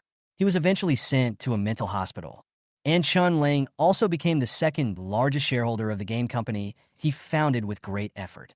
Thinking of this, William once again wanted to slap his past self a few times. It is obvious that she could live well on her own, but she chose to offer her heart to this group of heartless people, allowing them to stab her in the back again and again. He hated himself for being stupid. I also hate the heartless Chen family, but he has already paid such a heavy price for his stupidity. So next, it's the Chun family's turn to pay the price. Chapter 56. William actually dared to attack her? For some unknown reason, Tina and Jiang Shun suddenly felt that the temperature around them seemed to drop instantly. The two turned their heads to look at William and felt a cold aura emanating from his whole body. Jiang Shun, who came from a military background, simply viewed it as murderous intent. For some reason, Tina felt a sense of oppression from a strong person, which made her feel very uncomfortable. The two of them followed William's gaze and noticed Chun Lang. Among the 7 daughters of the Chen family, Chun Lang is the one who looks most like Dora, so they guessed almost instantly that she was a member of the Chen family. Brother Jiang Shun, please go get the guy selling the car to come out so we can finish this and go back soon. I'm so hungry. Tina secretly cursed her bad luck. These people from the Chen family are really haunting. Jiang Shun immediately called the salesperson nearby and said a few words to him. A moment later, Manager Li, the head of the car dealership, arrived. Mr. Jiang, you are here. I will take you to see the car. Jiang Shun nodded and introduced William to Manager Li. Manager Li knew that William was someone the boss had specifically asked to be treated well, so he naturally did not dare to neglect him. William, this way please. William saw that the direction Manager Li was going to lead was next to the car where Chun Lang was standing, so he pointed at that car and said, "Is that my car?" "Yes, William." Although Jiang Shun wanted William to come and try out the car, William did not have this plan at first. He came only to prevent Jiang Shun from feeling too uneasy and worrying that the car he chose was not to his liking. But now William has changed his mind. He walked towards Chun Lang and her boyfriend. If you remember correctly, Chun Lang's game company had just launched its second game more than a month ago. Now is the time when the game is very popular and makes her a lot of money. However, Chun Lang has never had much interest in things like cars. On the contrary, her empty-headed boyfriend is particularly interested in material possessions such as cars, watches, and luxury goods. So, Chun Lang probably came here to buy a car for her boyfriend today. It's really generous that he bought a Maybach. Manager Lee walked behind Chun Lang first and said politely, "Excuse me, sir, miss, our client needs to test drive the car. How about you take a look at other cars first?" Chun Lang's boyfriend is called Du Xiangfei. Apart from his good looks, he is not good in any other aspect. He just coaxed Chun Lang around in circles, the kind of person who wanted the stars but wasn't brave enough to give the moon. When Du Xiangfei heard what Manager Lee said, he immediately frowned in displeasure. "We came here first. Why should we let others test drive the car first? Are you looking down on us and thinking we can't afford it?" Manager Lee was stunned when he heard this and thought to himself, isn't this person too self-deprecating? How come everything can be associated with others looking down on him? However, he could see that the woman next to this man was not an ordinary person, but a potential customer of theirs. So he said politely, "Sorry, sir, you misunderstood. This car was ordered by the gentleman behind me, and he came here to pick it up today." Du Xiangfei had said this on purpose, because every time he said this in the past and acted as if he had been greatly insulted in front of Chun Lang would buy everything he wanted without hesitation. It works every time, but this time, he really didn't expect to hear such an answer. He even hoped that people really looked down on him. After all, he really liked this car. He took a fancy to it as soon as he entered the door. But now that the other party's arguments were so reasonable and well-founded, he couldn't use the same trick as before. He looked back at the owner of the car curiously, and then his face suddenly turned gloomy. "William." Chun Lang frowned when she heard William's name. "Why are you mentioning that little bastard for no reason?" Not only does Chun Lang look the most like Dora, but even her tone of voice and attitude towards William are exactly the same. "You country bumpkin, it seems you didn't get beaten enough last time, right? You dare to come here and upset your fourth sister." William cursing. William from the beginning because he had just met Chun Lang not long ago. When William was delivering a takeaway again, he happened to run into him wearing only a pair of underwear and picking up a takeaway from a woman's house. The takeaway bags are filled with adult products. Then this guy told Chun Lang, which caused Chun Lang to quarrel with him for a long time, and they almost broke up. From then on, Du Xiangfei hated William. So when Chun Lang asked him to teach William a lesson, he showed no mercy and beat William until he fell unconscious on the spot. William here at this moment, he immediately thought that William must be here to stop Chun Lang from buying him a car, so he wanted to strike first. But before his hand could touch William's collar, the tall man next to him reached out and grabbed his hand, then threw him to the ground with a neat shoulder throw. In an instant, he felt as if all his internal organs were shattered, and he lay on the ground for a long time, unable to move. "Baby!" Chun Lang screamed and ran towards Du Xiangfei with a pale face. William curled his lips slightly, without even looking at Chun Lang, and walked to the car. Manager Lee knew what to say and what not to say. He opened the car door for William as if he had not seen what had just happened. William was not very interested in cars. To him, a car was just a means of transportation. So he just glanced at it and then turned to look at Jiang Shun. "Do you find this car easy to drive?" Jiang Shun smiled innocently. "As long as William is satisfied, it doesn't matter what car I drive." William nodded. That's it, swipe the card. Seeing that William was too lazy to test drive the car, Manager Lee immediately took him to the VIP room and placed the prepared car purchase contract and a series of procedures in front of him. William was too lazy to look at it, so he took out his cell phone and handed it all to Jiang Shun. William! At this moment, a sharp female voice sounded. Afterwards, Chun Lang pushed open the glass door of the VIP room and rushed in aggressively. After seeing where William was, Chun Lang rushed over with a ferocious face and raised her hand high towards William. Unexpectedly, before her palm fell, William stood up suddenly, grabbed her wrist, and slapped her hard. Chun Lang was stunned for a moment. Was she just beaten by that little beast William? How dare William lay hands on her? No, she doesn't believe it. This must be an illusion. William, this little beast, would always wag his tail and beg for mercy at her like a dog. How dare you hit her? Although she couldn't believe this reality, the pain from William grabbing her wrist and the burning pain on her face told her the answer. William actually hit her, and he hit her in the face. At this moment, she did not notice that there was a faint black light lingering around William's hand where his legs were hanging. I didn't expect how much pain this slap would bring her later. Chapter 57, Crazy Chun Lang. There was a hint of murderous intent in William's slap. The amount is very small and will not cause any harm to Chun Lang's body. Besides, it was Chun Lang who attacked him first, so it will not have any effect on him. Chun Lang's face was in unbearable pain for the next few days, and the cause could not be found out no matter what. No one would have thought that it was him who did it. You little bastard, you dare to hit me? Chun Lang went completely crazy and spoke hysterically. William chuckled. What else? You can't just sit there and let me hit you, right? William, I'm going to kill you. At this time, Chun Lang had lost all her rationality and had only one thought in her mind. She wants to kill this little beast. William looked at her with contempt and disdain in his eyes. Just you. Just then, the security guard of the car dealership rushed in. William saw this and shook her hand away. Chun Lang wanted to rush up immediately, but was stopped by the security guard who was quick-eyed and quick-handed. Ma'am, please get out of here. Get out of here? Do you know who I am? I'm going to kill this little bastard today. Chun Lang kicked and punched the security guard. William sat down again, took out 2 tissues, and wiped his hands, as if he thought Chun Lang was dirty. Manager Lee was afraid of offending the person that Mr. Zhou had personally instructed them to take care of, so he quickly winked at the security guard. Now that the leader had spoken, the security guards were no longer afraid of offending anyone and simply picked up Chun Lang and dragged her out. A rich lady like Chun Lang had never suffered such humiliation before, and she immediately started cursing. Let me go, you lowly people. How dare you touch me with your dirty hands? Get out of here, all of you. William, you bastard, you little beast, I won't let you go. William, I'm telling you, don't even think about going back to the Chen family. I, Chun Lang, don't have a brother like you. Just wait for me, you bastard. I will make you live a life worse than death. William looked at Chun Lang, who was dragged away in a mess, and listened to her insults.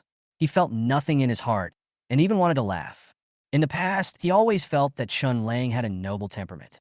Now it seems that it is nothing more than that. Like a shrew. But since her mouth is so similar to Dora's, I'm sure she won't be able to control it. It doesn't make sense for Dora to have mouth sores while she is fine. Thinking of this, William's fingers moved slightly. An evil backlash curse was silently planted into Chun Lang's body. Ying! Du Xiangfei was originally lying on the sofa. When he saw Chun Lang being dragged out by several security guards, he quickly stood up and rushed over. What are you doing? Let her go! Chun Lang was still cursing William and the security guards loudly, and the security guards had already lost their patience. Seeing that Du Xiangfei was in cahoots with him, he quickly grabbed him by the back of the collar and threw him out. Chun Lang finally regained her freedom and wanted to rush in again. But these security guards didn't give her any chance and directly formed a human wall. Chun Lang wanted to attack them, but they grabbed her hands and warned her, Madam, please respect yourself. There are cameras everywhere. If you attack us again, don't blame us for being rude. Du Xiangfei knew that they would not get any good result today no matter what, so he quickly pulled Chun Lang's clothes. Ying, calm down first. Chun Lang was already furious. Not only did Du Xiangfei not help her, but now he even dared to persuade her to calm down. She raised her hand and slapped Du Xiangfei in the face. Get out of here. Were you dead when that bastard William slapped me just now? Although Chun Lang usually had a bad temper in front of Du Xiangfei, this was the first time she hit him. Du Xiangfei was stunned at that moment. Chun Lang looked at Du Xiangfei's surprised eyes and came to her senses a little. She knew that it was impossible to do anything to William at the moment, so she just left. A moment later, William and the other two came out of the VIP room and drove away in a Maybach. The Rolls-Royce was left directly in the store by William, and someone from Mr. Zhou's side would come to drive it. Not long after the three left, a white Mercedes quietly followed them. When the Maybach drove into the main road, Jiangshan noticed something unusual, glanced through the rearview mirror, and then said, "William, that woman is following us in the car." Jiangshan curled his lips and smiled. "It doesn't matter if she wants to die. Let her go, find a road with less traffic." Jiangshan nodded and continued to concentrate on driving.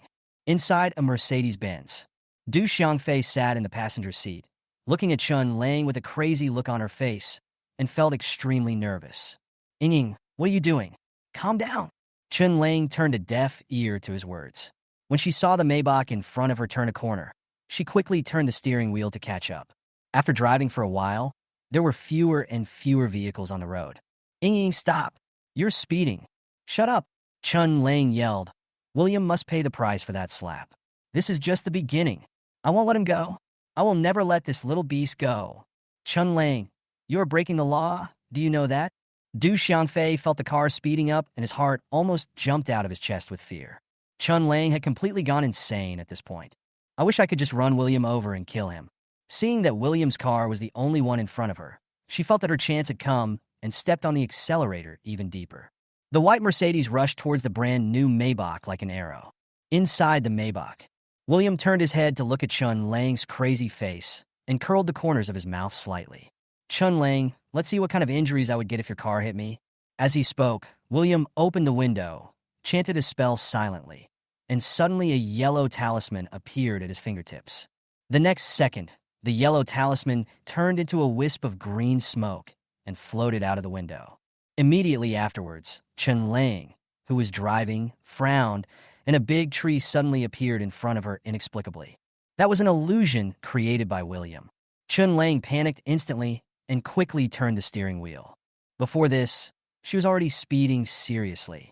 With such a sharp turn, the car rolled over as expected. "Ah!"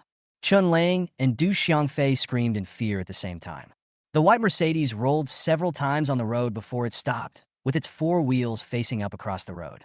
Jiangshan heard the noise, turned his head, and took a look. When he saw the current state of Chun Lang's car, he took a breath. He saw Chun Lang's sudden acceleration just now, and it was obvious that she was coming towards them. However, based on his driving skills, the possibility of him avoiding it is still quite high, and at most the newly purchased car will suffer some damage. But he didn't expect that just as he was about to accelerate, Chun Lang overturned the car. William, who was calm in the back seat, through the rearview mirror and saw Tina looking at William in surprise. He immediately had a guess about the car accident. This little boss of his is truly an amazing person. No wonder even a big shot like Mr. Zhou has to praise him. But he knew that with his status, he just needed to work quietly. "Don't say anything more, don't ask anything more." "Do you need to stop?" Jiangshan asked. "No, they can't die." Chapter 58, Chun Lang, it's your turn. After William returned home and finished his dinner, he went to the study. He turned on the large screen embedded in the wall. On it were photos of everyone in the Chen family. Some people's photos are in color, some are in black and white. He reached out and lit up Chun Lang's photo. Thinking of the murderous face when he drove into her just now, the hatred in his eyes was about to overflow. "Chun Lang, it's your turn." William actually didn't plan to take action against Chun Lang so quickly at the beginning. His original plan was to do them one by one. Let's get rid of Chun Wanting first. But now that Chun Lang is seeking death, he doesn't mind getting rid of the two sisters together.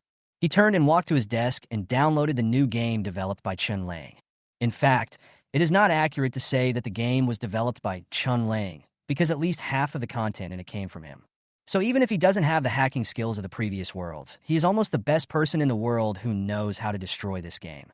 He smiled, put his hands on the keyboard, and his fingers flew. Soon, he entered the backstage of the game. A few minutes later, he hit the last key. The show has officially begun. At the same time, countless people across the country suddenly shouted "fuck" together. Among them, there were ordinary players who were furious because they were forced to quit the game halfway through. There were also R&B players who were ecstatic when their recharge amounts were suddenly refunded in full. Soon, 2 trending searches on Weibo jumped to the top of the trending search list. Hashtag the Ghost Hunter server crashed hashtag. Hashtag Ghost Hunter full refund hashtag. But this is just the beginning. William is looking forward to seeing how Chun Lang will react when he crushes everything she is proud of. At the same time, hospital. Chun Lang was helped back to the ward by the nurse. Although the car accident looked serious, neither she nor Du Xiangfei were seriously injured. After all, William had an experienced bodyguard and driver like Jiang Shin in his car, so even if they were injured, they would not be seriously injured.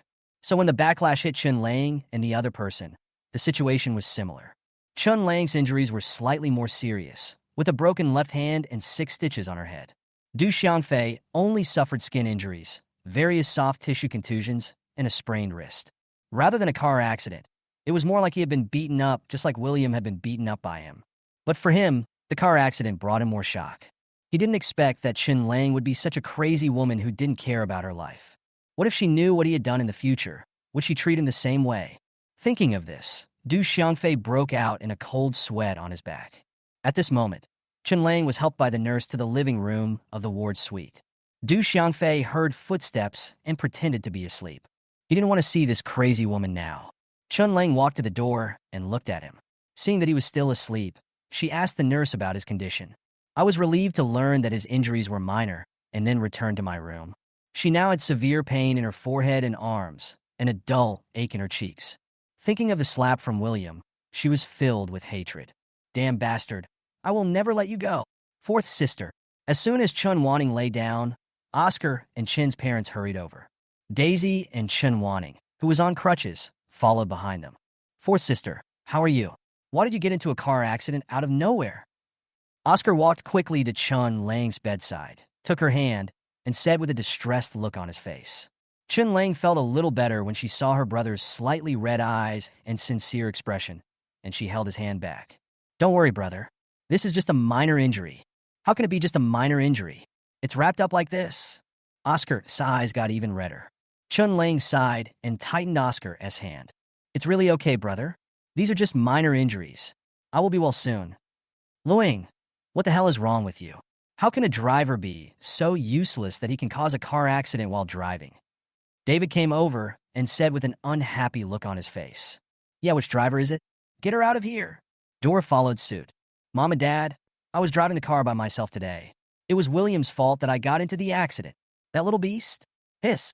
As soon as Dora cursed those 3 words, she felt a sharp pain at the corner of her mouth, but she didn't think much about it.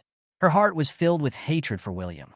Yes, it's him, Chun Lang said angrily. Mom, Dad, big sister, and second sister, you don't know how outrageous this little beast is. I ran into him in the Maybach store today, and I don't know what he was thinking. Not only did he have my friend beaten up, he also slapped me, and finally he even had me and my friend kicked out of the store. I was so angry that I wanted to argue with him. But for some reason, the vehicle suddenly lost control and an accident happened. My car flipped over, but he didn't even want to get out to take a look. If the car behind me hadn't called an ambulance for me, I might not be able to see you now. After hearing this, everyone except Daisy looked unhappy. Daisy now feels full of guilt towards William and thinks that even if William did this to Chun Lang, there must be a reason for it. Maybe it was because Chun Lang completely disappointed him, just like he did to himself. 4th sister, don't blame Brother William. We really did let him down before. 2nd sister, before Daisy could finish her words, Chun Lang went crazy. Are you crazy? That little bastard almost killed me. And you're still speaking up for him? Are you my sister? Daisy wanted to say something, but when she saw David and Dora looking at her with disapproval, she felt wronged and her eyes turned red. Why did they look at her like this? William first, why don't you think about how to make it up to your brother William instead of talking about him like this? You can't be a human being like this. William, this little beast, is really becoming more and more lawless. He was just a minor riot before, but now he dares to kill people, Dora said angrily. Speaking of this, she suddenly thought of something. By the way, Luing, have you called the police? Chun Lang was stunned when she heard this, then shook her head. How can we not call the police? Call the police now.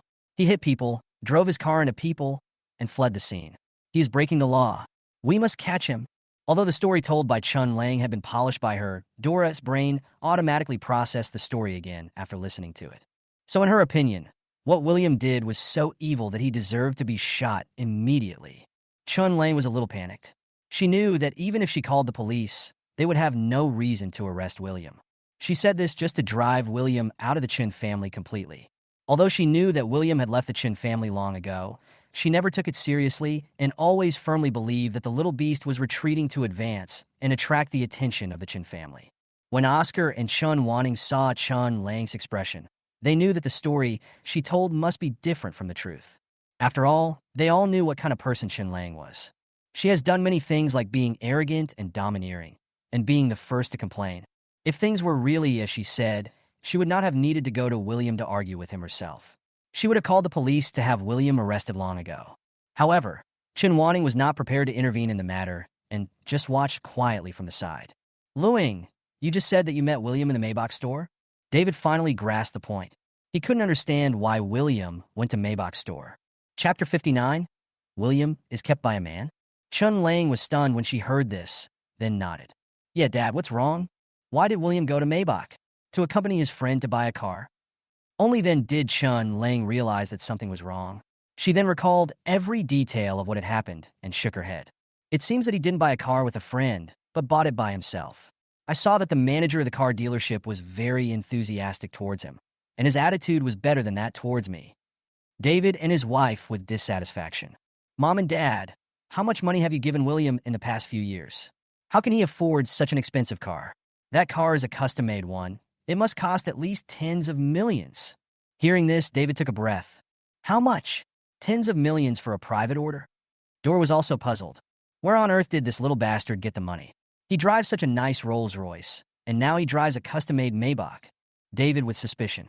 David, you really didn't give that little beast any money? David suddenly felt angry and said unhappily, of course not. You and the finance department have always been responsible for giving pocket money to our children. I have never intervened. How could I give him money? Dora thought about it and felt that this made sense, so she retracted her gaze and asked in confusion. Then what's going on with this little beast? Why does he suddenly have so much money? He bought a luxury car worth tens of millions just by saying so. By the way, where has he been living during this time? Does anyone know? As she spoke, she looked at Chen Wanting and Daisy behind her. Daisy shook her head and said aggrievedly, I tried to contact Brother William, but he blocked all my contact information. So, Dora turned her attention to Chen Wanting. Chun Wanting thought for a moment and said, in fact, I've been investigating William for some time. But what surprises me is that even the most experienced private detectives cannot find his whereabouts. After such a long time, I can't even find his current address. So I suspect that there must be some big shot around him who is protecting him. When everyone heard this, their faces froze for a moment. Who is the big shot protecting William? Why should we protect him? Ah, I see. At this moment, Chun Lang screamed. Everyone looked towards her. Today when I saw him in the Maybach store, there was a man with him, probably a bodyguard. The bodyguard called him William, and the manager of the store also called him that. Generally speaking, a gentleman is a gentleman. So how can there be a title like Little Gentleman? Unless. Having said this, Chun Lang paused deliberately, as if to arouse everyone's curiosity. Unless what? Dora was the first one who couldn't hold back. Chun Lang said with disdain, unless they call him William because of the big man behind him, then there is only one possibility. William is kept by someone, and that person is most likely a man. William is still so young. I heard that many rich old men like little boys like him, and only in this way would people call him Little Sir. When everyone heard this, a look of disgust appeared on their faces. How? How could this happen? Oscar looked incredulous and asked, how could my brother do such a thing? As he said this, he looked at David and his wife. Mom and Dad, please bring my brother back home as soon as possible. If outsiders knew that my brother did this kind of thing outside, how would he and we live in the future? This shameless little bastard. Dora's face turned livid. Not only has he fallen into depravity, but he is also bringing shame to our entire Chun family. David, find this little bastard for me now. I want to break his legs. Oscar was very satisfied after hearing this. It seems that William's progress in returning to the Chun family can be accelerated. And now that he has done something that has brought shame to the family, his life will only be more difficult when he returns to the Chen family. He doesn't even need to spend time dealing with or suppressing William. Dora's hatred for him alone was enough for him to bear. After listening to Dora's words, David was silent for a long time, then looked at Chen Wanning. Wan Ning, come out with me for a moment. I have something to tell you. As soon as the two of them walked out of the ward, Chun Lang received a call from her assistant. After hearing what the assistant said, Chun Lang was shocked. What? How could a good server be hacked? After a moment, Chen Wanning hung up the phone, lifted the quilt, and was about to get out of bed. Dora panicked. What are you going to do? Where are you going when you're injured like this? Something happened at the company. I have to go check it out. Which is more important, the company or your health? You are not allowed to go. No, Mom, I have to go. This incident has caused the company tens of millions of losses. If it is not handled properly, the company I worked so hard to build, as well as the game my brother and I developed together, will all be ruined. So serious? Then go quickly. When Dora heard that this matter involved Oscar, as hard work, she immediately stopped stopping Chun Lang. Chun Lang didn't even have time to change her clothes. She just put on her shoes and left. When she reached the door, she suddenly thought of something and turned back to hold Oscar's hand. Brother, you have been involved in the development of this game. Go with fourth sister to take a look at the situation. Maybe you can help. Just like that, Oscar was pulled away by Chun Lang with a confused look on his face. By the time he reacted, the person was already in the car. At the same time, Chun Wanning swore. As soon as David sat down, he asked, "What do you think about William being kept by someone?" Although Chen Wanning guessed that David was going to talk to him about this, she never expected him to be so direct, and his tone sounded a little excited. Given the current situation, I don't think it can be confirmed yet, but the possibility is indeed not small. David pondered for a moment, then said, I think so. Otherwise, there are so many abnormalities in this kid that cannot be explained. As he spoke, David suddenly thought of something and asked again, Do you think that person is Chen Cen? Upon hearing this, Chen Wanning immediately retorted, Impossible. Chen Cen is not that kind of person. How could the man she liked be like this? David was startled by her sudden high-pitched voice. Why? Why are you so excited? Chen Wanning also realized that she was a little too excited and hurriedly explained, No, I'm not excited. I just don't think that person is Chen Cen. David nodded. Chen Cen is indeed not that kind of person. But judging from Chen Cen's attitude towards that boy, I'm afraid the person who supports William is a more powerful figure than Chen Cen. Having said that, David looked at Chen Wanning, his eyes full of excitement. Chen Wanning understood what he meant instantly. Dad, do you want William to come back? David nodded vigorously. In recent years, the performance of the Chen group in the market has been getting worse and worse. If we can get close to a big shot who is more powerful than Chen Cen, will our Chen family still have to worry about not having a good life in the future? After hearing this, Chen Wanning suddenly had an image in her mind of the Chen family becoming one of the top wealthy families in the capital, and Chen Cen finally noticing him. She felt a little excited.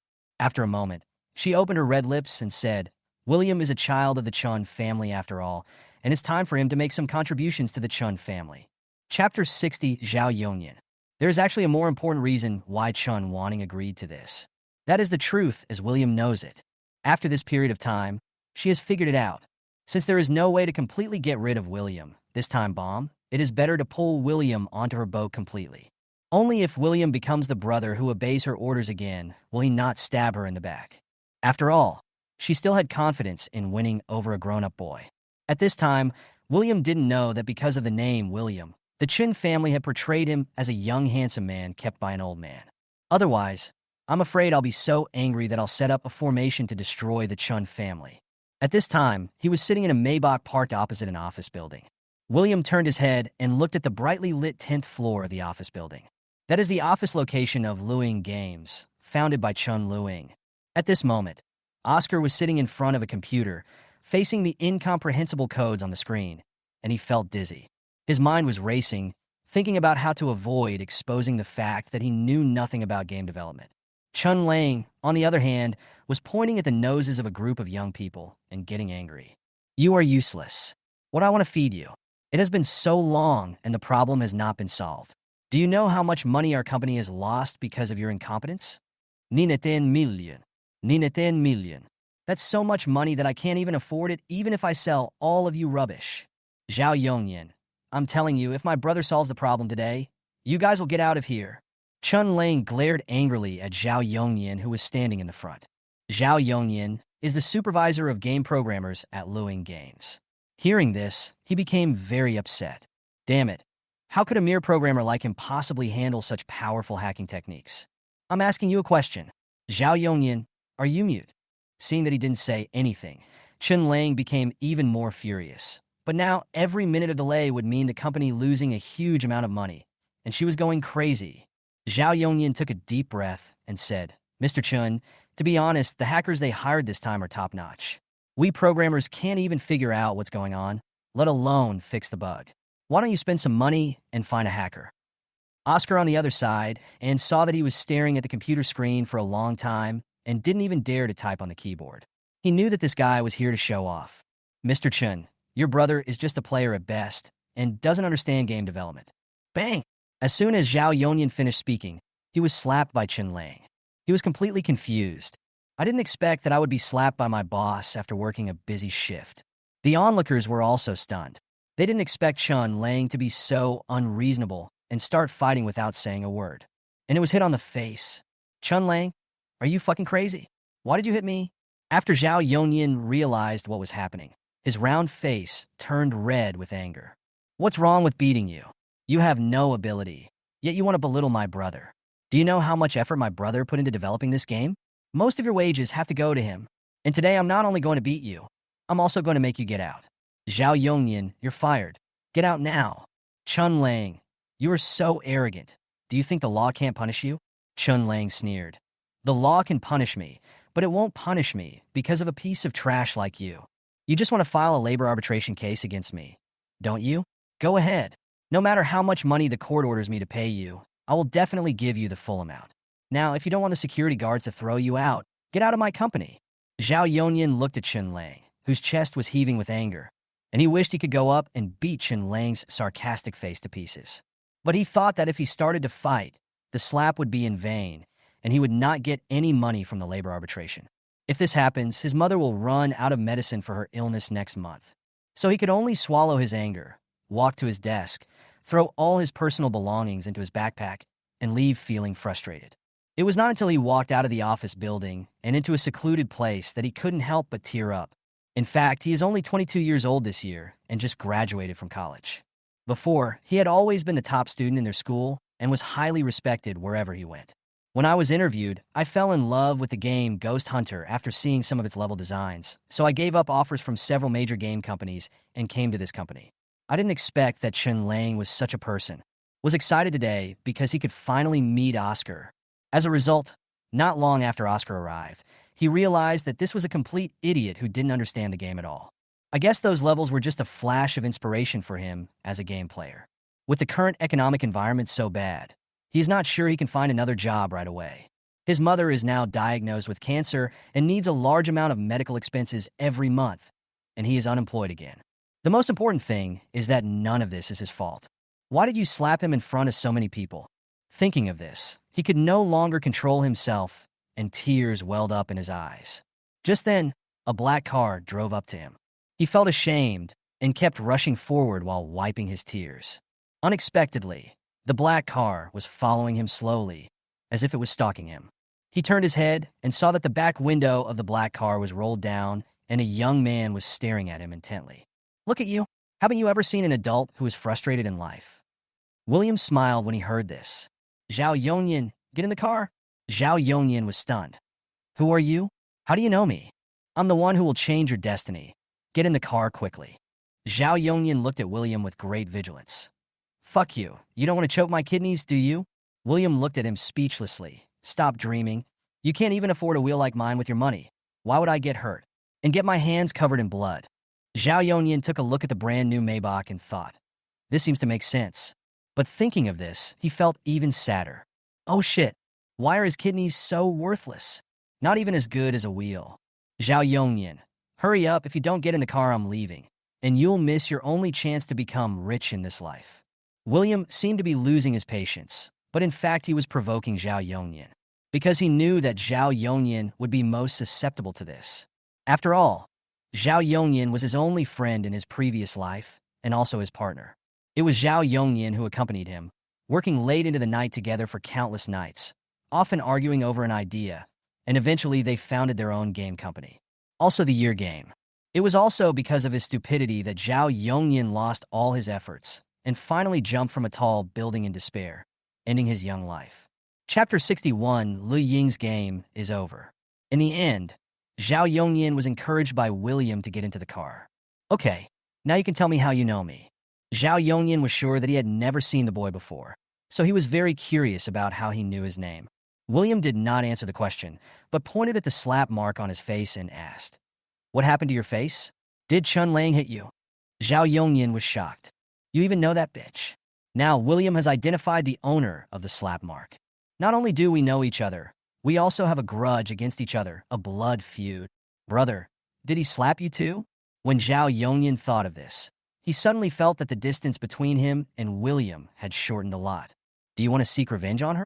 William smiled and did not answer the question directly. Xiao Yongan originally wanted to say that he was going to go to labor arbitration, but when he took a look at the luxurious interior of the car, he suddenly realized that he now had a partner who drove a Maybach, and he immediately became excited. "Brother, what do you think?" William thought for a moment, took out a laptop from his side, opened it, and his 10 fingers flew quickly on the keyboard. A few seconds later, the surveillance video of Chun Lang pointing at Xiao Yongan's nose and cursing appeared on the computer screen. Xiao Yongan looked at William in surprise. "Brother, are you a hacker?" William nodded. "Are you afraid of being embarrassed?" Xiao Yongan was stunned when he heard this and didn't understand what William meant. William explained, "If this video is seen by netizens, what do you think will happen to Chun Lang?" Xiao Yongan thought about what William said, and he seemed to have seen the scene of Chun Lang being hit by rotten eggs. He was so excited that his blood was boiling. "Don't be afraid. Don't be afraid of embarrassment." As Xiao Yongan became more excited, his round face turned red. But soon, he suddenly remembered the reality, and his whole body visibly wilted. "But if this video gets online, will I be unable to go to labor arbitration? I actually really need that money." William sighed softly, then took out a contract from his bag and handed it to him. "Come work with me. Earn $1 million a year." When Xiao Yongan heard this, his eyes widened in shock. "How much? $1 million per year? Are you sure it's Chinese currency? Not Vietnamese dong?" William laughed. "You heard it right. It's the Chinese currency. Work with you? What for? Learn hacking from you? Or some other unethical profession? Let me make it clear first. Although I am indeed a little short of money, I will not work for the government." Xiao Yongan's first reaction was disbelief. Although he was confident in his talent, at this stage, he was not worth the price anyway. Moreover, this young man had no idea what he was doing. What if it was something written in the criminal law? William was too lazy to talk nonsense and directly opened a game plan on his computer. "Take a look first. If you're interested, come and do it with me. If you're not interested, I'll take you home, and you can just pretend you haven't seen me today." Xiao Yongan looked at William suspiciously, then took the computer and began to look at the plan. Originally, he thought that William was so young and could afford such a luxury car, so he was probably just a rich young man who wanted to have fun. I didn't expect that he would be stunned just after seeing the worldview of a game. This guy is simply a gaming genius. William felt the turmoil in his heart and curled up the corners of his mouth slightly. "How about it? Are you coming?"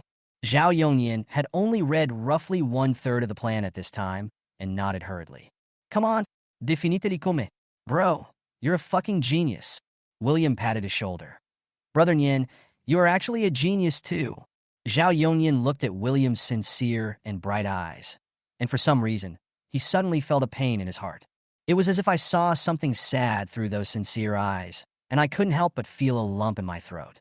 William took out his cell phone, tapped it, and then heard Xiao Yongan's cell phone ding-dong.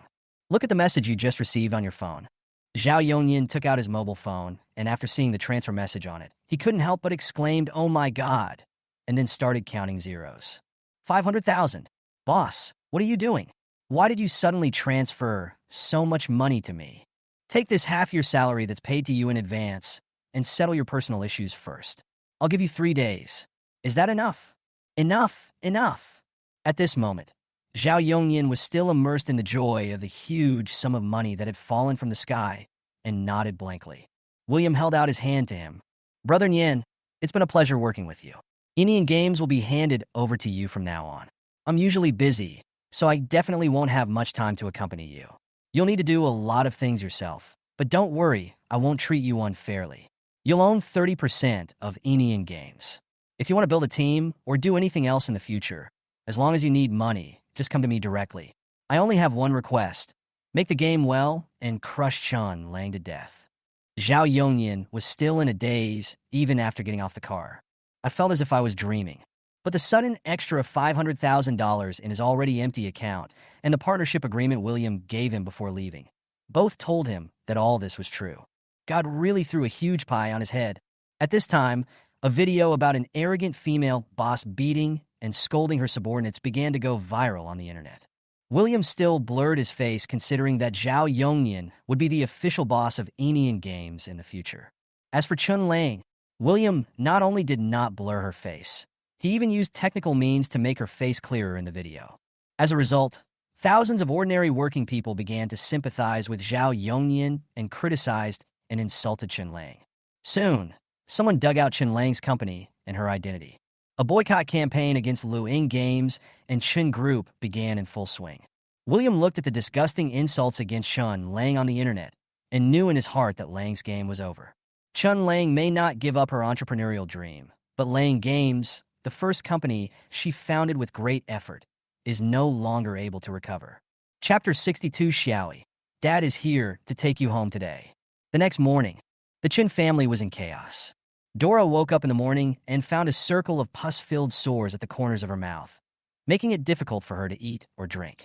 If William saw it, he would be surprised at how dirty her words were last night to make her mouth like this so quickly. Last night, after David returned home, he told Dora the result of his discussion with Chen Wanning and told her to be nice to William when he comes back. Dora agreed to bring William back just to let Oscar go home with peace of mind. Now that William was being kept by a man, she immediately decided to treat her son as dead from now on. She regarded William as the biggest stain in her life and firmly opposed taking William home. No matter how David persuaded her, she refused. Not only did he call me a little beast, but he kept insulting and cursing me with all kinds of vicious insults. In the end, David was so helpless and angry that he just found a guest room to sleep in. The next morning, when she got up, she felt terrible pain around her mouth. After looking in the mirror, she discovered that there was a circle of abscesses around her mouth. She immediately collapsed and asked David to call a private doctor. Unexpectedly, before the private doctor arrived, Chun Lang and Chen Wanning escaped from the hospital first. Chun Lang also had a few abscesses around her mouth, but they were not as serious as Dora's. But the torture she suffered was not small at all. At around 2 a.m. last night, her left face suddenly began to hurt. It was from that time that she started to curse William. At first, her face only hurt intermittently, and the pain was bearable. But then the pain got worse and worse and became a constant pain. By now, she was in so much pain that she wanted to peel the skin off her face. David didn't know why his two daughters ran out of the hospital in such a mess. After asking, he learned from Chen Wanning about the incident that Chun Lang had caused on the internet. A boycott of the Chun Group has now been launched online, and the group stocks fell to the limit as soon as they opened. Orders exceeding 1 million lots pushed the stock price to the lower limit. At this rate, if this matter is not handled properly, I'm afraid there will be several more limit downs. David was so angry that he scolded Chun Lang. If he hadn't seen Chun Lang covering her face in excruciating pain, he would have wanted to slap her a few more times. However, this farce goes far beyond that. Before the private doctor could diagnose the cause of Dora's mouth, a subpoena from the court made Dora so angry that she pouted. That was the court summons that William filed against Dora for defamation. At this time, the official Weibo account of Chen Group issued another statement, announcing that its supermarkets would remove all products of Chen Group and all its subsidiaries, and that all subsidiaries of Chen Group would no longer have any business dealings with the Chen family. Originally, everyone thought that the Chen Group chose to cut ties with the Chen Group because of the Chun Lang incident in order to gain some favor from netizens. It was not until Chen Cen's personal Weibo account posted a message about William's victory in the case where he sued Qian Wei, the son of the chairman of the Qian Group, for spreading rumors. Later, someone found out that Qian Wei posted an apology video on the forum of Jinghua High School. In the video, Qian Wei sincerely apologized to William, saying that he should not have been deceived by Oscar. He posted on Tieba that Oscar deliberately slandered William for peeping at girls in the bathroom, causing serious damage to William's reputation. So, people in the know quickly found out the relationship between Oscar and the Chen family. At this point, the already notorious Chen family was even worse off. And this is far from over. Several other daughters of the Chen family also began to be affected. Chun Yunyan, who is doing very well in the entertainment industry, and famous jewelry designer Chen Lan have both begun to receive family greetings from netizens.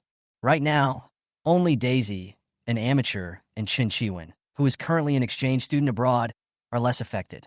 Chun Yunyan and Chun Lan could no longer sit still when they saw the online criticism of the Chun family intensifying, and they called to inquire about the situation. But now no one in the Chen family had the energy to deal with them. They just said a few perfunctory words and hung up the phone. After that, David was busy appeasing various investors and shareholders. Chen Wanting began to busy herself with public relations. However, after spending a huge amount of public relations money, it was found that not only could the hot searches not be removed, but they were even getting more and more popular. It seems that a situation in which the whole network is watching the show has been formed. David and Chen Wanting were busy until noon. Their phones became hot from talking on the phone, but the situation did not improve at all. An idea came to their minds. Is it that the person behind William knew the relationship between William and their Chen family, so he stepped in to help William vent his anger? Otherwise, how is it possible that they spent so much on public relations and didn't hear any response? Thinking of this, the two could no longer sit still. I immediately decided to pick William up and take him home.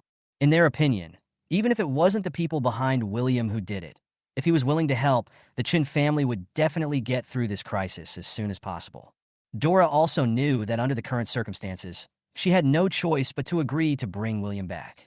Although she hated William, she was more afraid of losing her current wealthy life, so she had no choice but to accept it. So David and Chun Wanting hurried out and waited at the gate of William's school. Oscar had a rough day today. Qian Wei not only posted the video publicly on the forum, but also read an apology letter to all students on the school radio. He was also dragged into the water. So he lived under the strange looks of his classmates all day long. There are hundreds of comments cursing Qian Wei under his apology post. He also knew what was happening on the internet. His name was among the top 10 hot searches, and they were full of insults against him and the Chen family. From childhood to adulthood, he has always been regarded as the child of other people's families and a role model for all his peers. This is the first time he has been treated like this. So, as soon as he saw David and Chen Wanting at the school gate, his eyes immediately turned red with grievance. "Dad, I didn't..." He trotted over and was about to cast a spell when he was interrupted by David. "William!"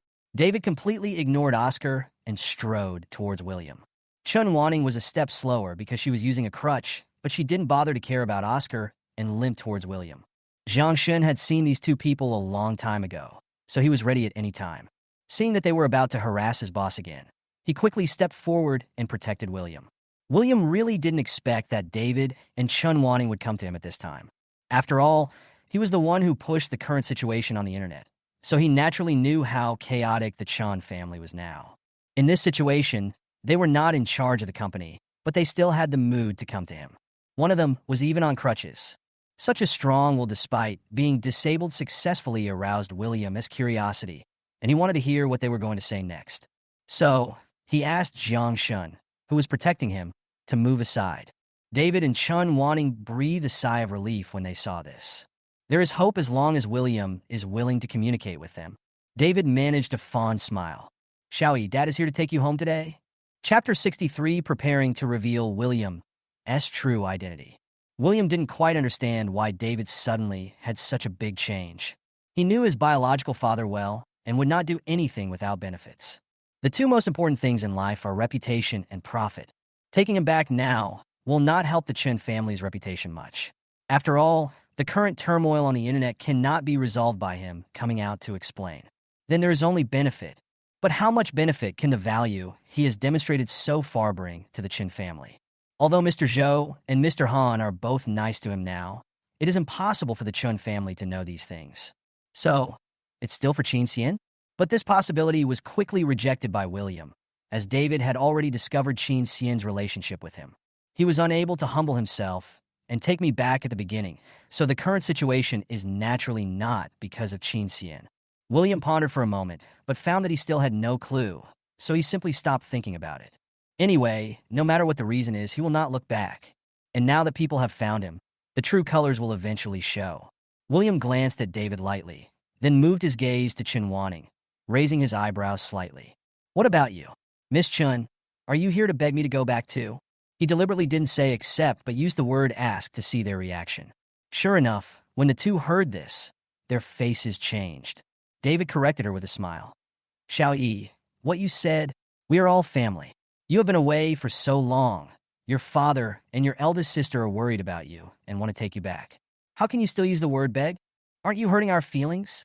William sneered. I didn't know that you Chen family members still have a heart. Chun Wanting looked at William's mocking eyes and clenched her fists in anger. The pain caused by her nails digging deeply into her palms allowed her to maintain the last bit of her sanity and prevented her from rushing up and slapping William twice. After a long while, she took a deep breath and finally calmed down. Little brother, I know that I didn't do well enough and ignored you many times in the past. It's normal for you to feel angry. If you think that I'm begging you to go back this time, and it will make you feel better, then let it be. I promise you that your family will definitely treat you well in the future. When William heard this, he clicked his tongue twice, then looked at David with a teasing look. David, look, your daughter is much more talkative than you.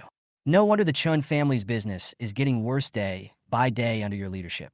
The Chun family's business was inherited from their ancestors. In the capital at that time, they were considered one of the top wealthy families and enjoyed great glory. It was only after it was handed over to David that it gradually declined and now has become a second-rate wealthy family. David is very concerned about his reputation and hates being talked about like this, so when he heard what William said, he felt like a cat whose tail was stepped on. William, you... Chun Wanting knew how much the Chen family needed William in their current situation, or rather, how much they needed the person behind William. Seeing that David was about to get angry again, she quickly tugged at his clothes, signaling him to calm down. Then she forced a gentle smile and looked at William. Little brother, if you talk to Dad like this, Dad will be sad. This time, Big Sister and Dad are really here to take you home. The room at home has been cleaned up for you. Room? The basement that's worse than where servants live? Chun Wanting's face froze. She had never paid attention to William before, and she seldom went home and always lived in an apartment near the company. The so-called tidying up of the room was, in her opinion, just a heartwarming remark. Because all the rooms in the house are cleaned by servants every day, I don't like to tidy up on purpose. But she didn't expect that William had always lived in the basement at home. How could that be? She forced an awkward smile. Little brother E, I told you that I have neglected you too much before, and I will definitely make it up to you in the future. I've already picked a good room for you. When you get home, you can take a look at it yourself. If you don't like it, you can change it. If you want, I can give you my room. Oscar knew how strong Chun Wanting's personality was. So the gentle face of Chun Wanting in front of him made him almost unable to believe his eyes. Over the years, Chun Wanting gave him almost all of her good temper and tenderness. And now it was given to that bastard William. What right does this bastard have? William saw the unwillingness and resentment in Oscar's eyes when he looked at him and deliberately said, Your room is always a woman's room. I'm a grown man, and I am definitely not used to living there. How about Oscar's room? I saw the decoration inside when I was mopping the floor in your house before, and I quite liked it. After hearing this, Oscar almost burst into curse. Fortunately, David spoke first. William, why are you back to your old ways again? You haven't even returned yet, but you're already snatching things from your brother. Dad! Chun Wanting was almost mad at this father, who was only holding her back, and she yelled angrily. David has always been a little afraid of his daughter. After all, if it weren't for his daughter's iron-blooded tactics, the Chun group would probably have declined even faster than it is now. Oscar also came to his senses after hearing Chun Wanting's angry roar. Looking at the anger on Chun Wanting's face, he realized that Chun Wanting was determined to let William go home, and his heart was filled with fear. Fortunately, David spoke first. Otherwise, if he really scolded William at this critical moment, it would not only make Chun Wanting unhappy, but also completely destroy the image he has built up over the years. Thinking of this, he quickly spoke with an obedient look on his face. Dad, it's okay. My brother likes my room, so I will give the room to him. It doesn't matter where I live. Bang! Before Oscar could finish his words, he was interrupted by William's heavy slap. William, are you crazy? Why do you hit your brother for no reason? David said angrily. William rubbed his wrist, his eyes full of coldness. Oscar, it seems that you still haven't learned your lesson from the tooth you lost last time. You still dare to call me in such a sticky way. Oscar was furious, but when he saw David had shown up, he suppressed his anger, covered his face, and stood aside with a wronged look on his face. Chun Wanning was also shocked. She didn't expect William to be so rampant now. He even dared to hit people in front of her and David over a disagreement. But now that things have come to this, there is no point in helping Oscar. Brother Xiaoyi, I know you are angry with Brother Wenwen. We, as your sisters, are also at fault for this matter. It is because we did not mediate the relationship between you that you are like this today. Don't worry. Our family will definitely handle the relationship between you in the future. Hearing this, William laughed. It seems that the main reason why Chun Wanning endured so much was because of Chen Cen. After all, if the secret he knew were to be revealed, it would be more painful for Chun Wanning than taking her life. Chun Wanning, you are willing to sacrifice everything for Chen Cen. Chun Wanning's expression froze for a moment, and then she smiled dryly. Little brother, what do you mean? After saying that, she didn't wait for William to answer and continued. Let's go home first. Sister has been standing for so long. Her legs are a little sore. By the way, it will be my eldest sister's birthday in a few days. I thought that would be a good opportunity to introduce you to relatives and friends. In order to protect you, your family has not disclosed your identity before. Now my eldest sister sees that you are different now and are able to protect yourself. So there is no need to continue to hide your true identity. Oscar's face changed drastically after hearing this. What's the meaning? Want to reveal William's true identity? Wouldn't that tell everyone that William, that bastard, is the biological son of the Chen family, and Oscar is just an adopted son? William looked at the changing expression on Oscar's face and felt that things were becoming more interesting. But what interested her more was that Chun Wanning's birthday was coming soon. And from what she said, she seems to be planning a big event. Your birthday is coming soon? Then I have to prepare a big gift for you. Chapter 64, Resurrection. Although William did not follow Chun Wanning back to the Chen family in the end, Chun Wanning is no longer worried now. After all, William already called her big sister, and he had to prepare a birthday present for her. This is enough to show William's attitude. She knew that as long as she put on their attitude and gave William what he wanted most, she could become a true member of the Chen family. Then a child like William, who lacks love, will definitely come back happily. What she needs to do now is to make William willingly regard himself as a member of the Chen family. Pay for the Chen family. Pay for her. At this moment, a perfect plan formed in her mind. Son, does your face still hurt? David's voice interrupted Chun Wanning's thoughts. She glanced at Oscar, who had his head down through the rearview mirror, and sighed silently in her heart. It doesn't hurt anymore. Oscar shook his head. It's my fault. I always make my brother angry. I just didn't expect that he would hate me so much. David raised his hand and rubbed the back of his head. Son, I'm really sorry for wronging you this time, but the situation at home is very bad right now. So this is the only way. Oscar looked up at David and forced a strong smile. Dad, don't say that. I understand. Besides, my brother is your biological son. It's a good thing for him to recognize his ancestors now. David was deeply touched. You are so sensible. Don't worry. Even if your brother comes back, you are still a good son to your parents. Dad will definitely protect you and won't let your brother bully you. Oscar felt relieved after hearing this. William, let you run rampant for a while. When you really return to the Chun family, I will make you live a more humble life than before. Dad, don't worry about me. When my brother comes back and knows that we are sincere to him, he will definitely stop bullying me. Brother, I am very pleased that you think this way. Chun Wanning turned around, looked at Oscar and said earnestly, when your brother comes home in a few days, remember to get along well with him. The situation is special now. Since your brother has taken a fancy to your bedroom, don't have any thoughts in your mind. Don't worry, I will definitely compensate you in the future. You don't have to compensate me, big sister. That was originally my brother's room. I can live anywhere I want. My brother is so good. After Chun Wanning finished speaking, she stopped looking at Oscar. Oscar smiled and turned to look out the window. The obedient expression on his face disappeared instantly, and his brows were filled with sinisterness. Chun Wanning, this bitch, actually dared to treat him like this. He swore that he would never let her go. One day, he will make Chun Wanning pay a heavy price for what she has done. Thinking of this, he glanced at Chun Wanning, who was sitting in the passenger seat. William missed words when he mentioned Chen Cen, and Chun Wanning's obviously unnatural expression flashed through his mind. A guess suddenly came to my mind. Could it be that Chun Wanning's handle is related to Chen Cen? At this time, Chun Wanning didn't know that she had been completely hated by the younger brother whom she had loved for many years. She was thinking about how to completely win over William. Let William bring Chen Cen to her birthday party, and let Chen Cen see her at her most radiant and charming. But what he didn't know was that even if she did nothing now, William would bring Chen Cen here and give her a birthday gift that he would never forget. 2 days later, full moon night, midnight. This was the day William had chosen long ago to summon the soul of Chen Cen's sister Chen Shuang. William brought Tina and Ching Fu to a small lake. This is where Chen Shuang fell into the water. Originally, William just wanted to bring Tina here to see if she had the talent to enter the Shimin. When William arrived, Chen Cen and Chen's parents had been waiting here for a long time. God knows how hard they have been going through these days. My daughter has been sleeping in bed for so many years, and the doctor said that all her organs are showing signs of failure. Now she finally has a chance to wake up. After counting the days with great difficulty, they finally waited for the right time, as William had said.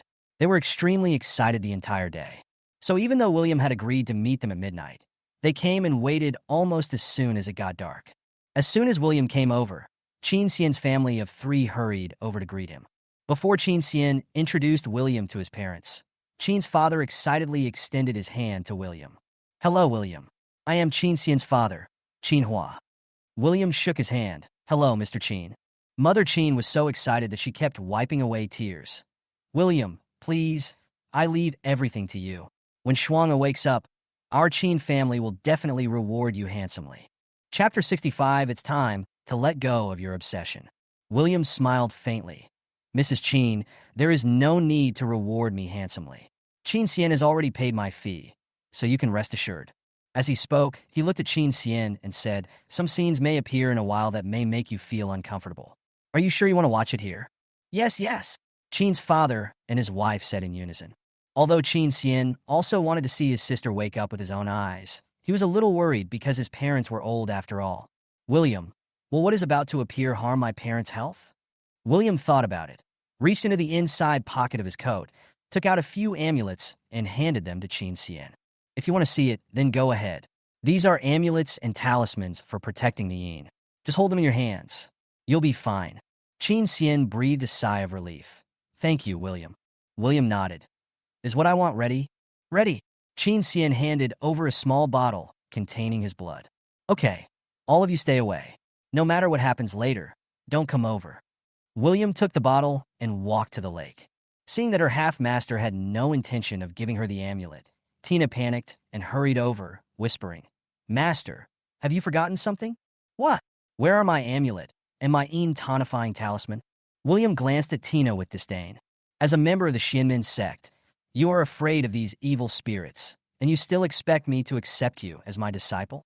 Upon hearing this, Tina regretted it so much that she wanted to slap herself a few times.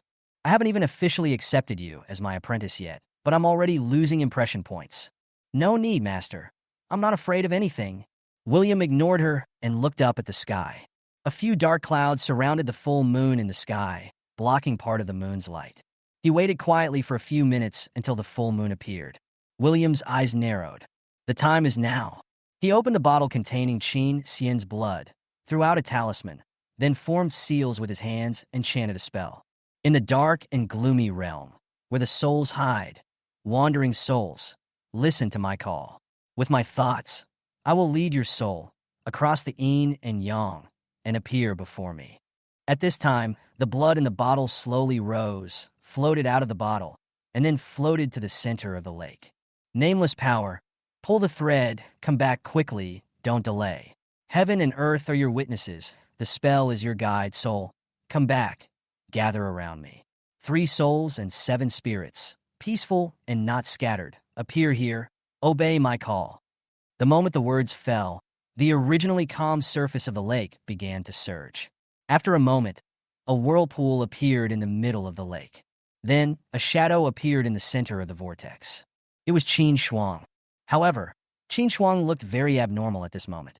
Her eyes were dull, and she seemed unconscious.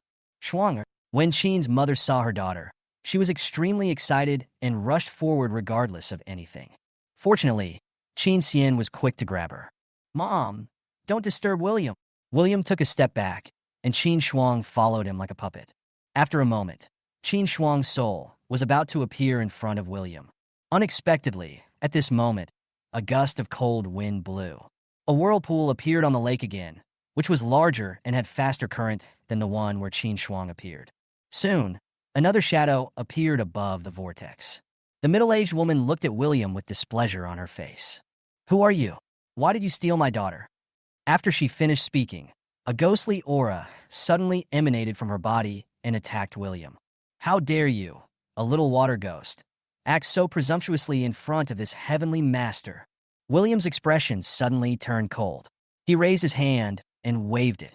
A stack of talismans emitting golden light flew towards the middle-aged woman. The evil spirit in the middle-aged woman's body was instantly dispelled. At this time, countless talismans had been connected into a rope, trapping her tightly and leaving her suspended on the lake, unable to move. "What are you going to do? Why are you doing this to me? Give my daughter back to me." The middle-aged woman knew that she was no match for the young man in front of her and was completely panicked. "You're talking nonsense. Shuang is obviously my daughter. You've hurt my daughter so badly." Mother Chen burst into tears. She had completely lost her mind. If Chen Cen hadn't held her tightly, she would have rushed over. "But she is my daughter. Give her back to me, or I will leave all of you here and bury you with me," the middle-aged woman said hysterically. William's eyes flashed, and a trace of the heavenly master's mysterious power passed along the talisman rope. The middle-aged woman felt as if her whole body was suddenly burning on fire, and she screamed in pain. "You have two choices. One is that I take her away, and the other is that I kill you and then take her away. Pick one for yourself." The middle-aged woman knew she was no match for William, so she knelt down immediately after hearing the voice. "Master, please let my daughter go and give her back to me. I have been at the bottom of this lake for nearly 100 years and have never harmed anyone. My daughter is everything to me. Please give my daughter back to me." As she spoke, the middle-aged woman shed 2 lines of blood and tears. William said coldly, "She is not your daughter. She is... Kiki is my daughter. She was born to me. How could she not be my daughter? I've been looking for her here for so many years before I found her. I beg Master Tianshi, please have mercy on me and give my daughter back to me." Tina couldn't help but tear up when she saw the middle-aged woman like this. William glanced at her, then turned his head to look at the middle-aged woman's face, knowing that she was also a miserable person, and sighed softly. "Your name is Lu Panlon, right?" Lu Panlon was stunned when she heard this, and then immediately nodded. "Yes, that's right, Master. My name is Lu Panlon, and my daughter's name is Chen Kiki. Don't be so persistent. You know very well that this girl is not your daughter. Otherwise, why would you seal her soul and turn her into a puppet?" When the middle-aged woman heard this, she was struck by lightning. She shook her head and dared not face the reality. No, she is my daughter, my Coco, the Coco I found with great difficulty." "Master, you are lying to me, right?" "You are lying to me. She is my Coco. My Coco is very well behaved. When my mother-in-law and husband beat me, she always protects me, Master. Please don't separate us, mother and daughter. Please give my Coco back to me, okay?" As she spoke, the middle-aged woman knelt down and walked towards Chen Kiki, her face covered in blood and tears. William looked at the love the middle-aged woman had for her own child, and suddenly he felt as if a needle was stabbed in the heart. This is also something he has never enjoyed in all his lifetimes. "Lu Panlon, tell me your daughter's birth date." Lu Panlon didn't dare to delay, and did as she was told. William counted with his fingers, and then said, "Your daughter has been reincarnated a long time ago. She lived a good life in this life, and has reached the end of her life. Lu Panlon, you should let go of your obsession and reincarnate. If you want, I can take you to see her for the last time." Chapter 66, Sending Lu Panlon Away. The soul returns. Chen family. Everyone heard these 2 words from William's mouth. They all looked excitedly at Chen Shang lying on the bed. But after waiting for a long time, Chen Shang showed no signs of waking up. "William, why hasn't Shuang woken up yet?" William anxiously. "Don't worry. Miss Chen's soul has been outside for so many years. Even if we put her back now, she won't wake up immediately. But don't worry. She will wake up tomorrow at the latest. Her soul has been with ghosts for these years and has been contaminated with some ghost energy. So when she wakes up, let her get some sun. After 49 days, the ghost energy in her body will be completely eliminated." After hearing this, everyone in the Chen family finally breathed a sigh of relief. "Master, she's moving." At this moment, Tina suddenly cried out in fear.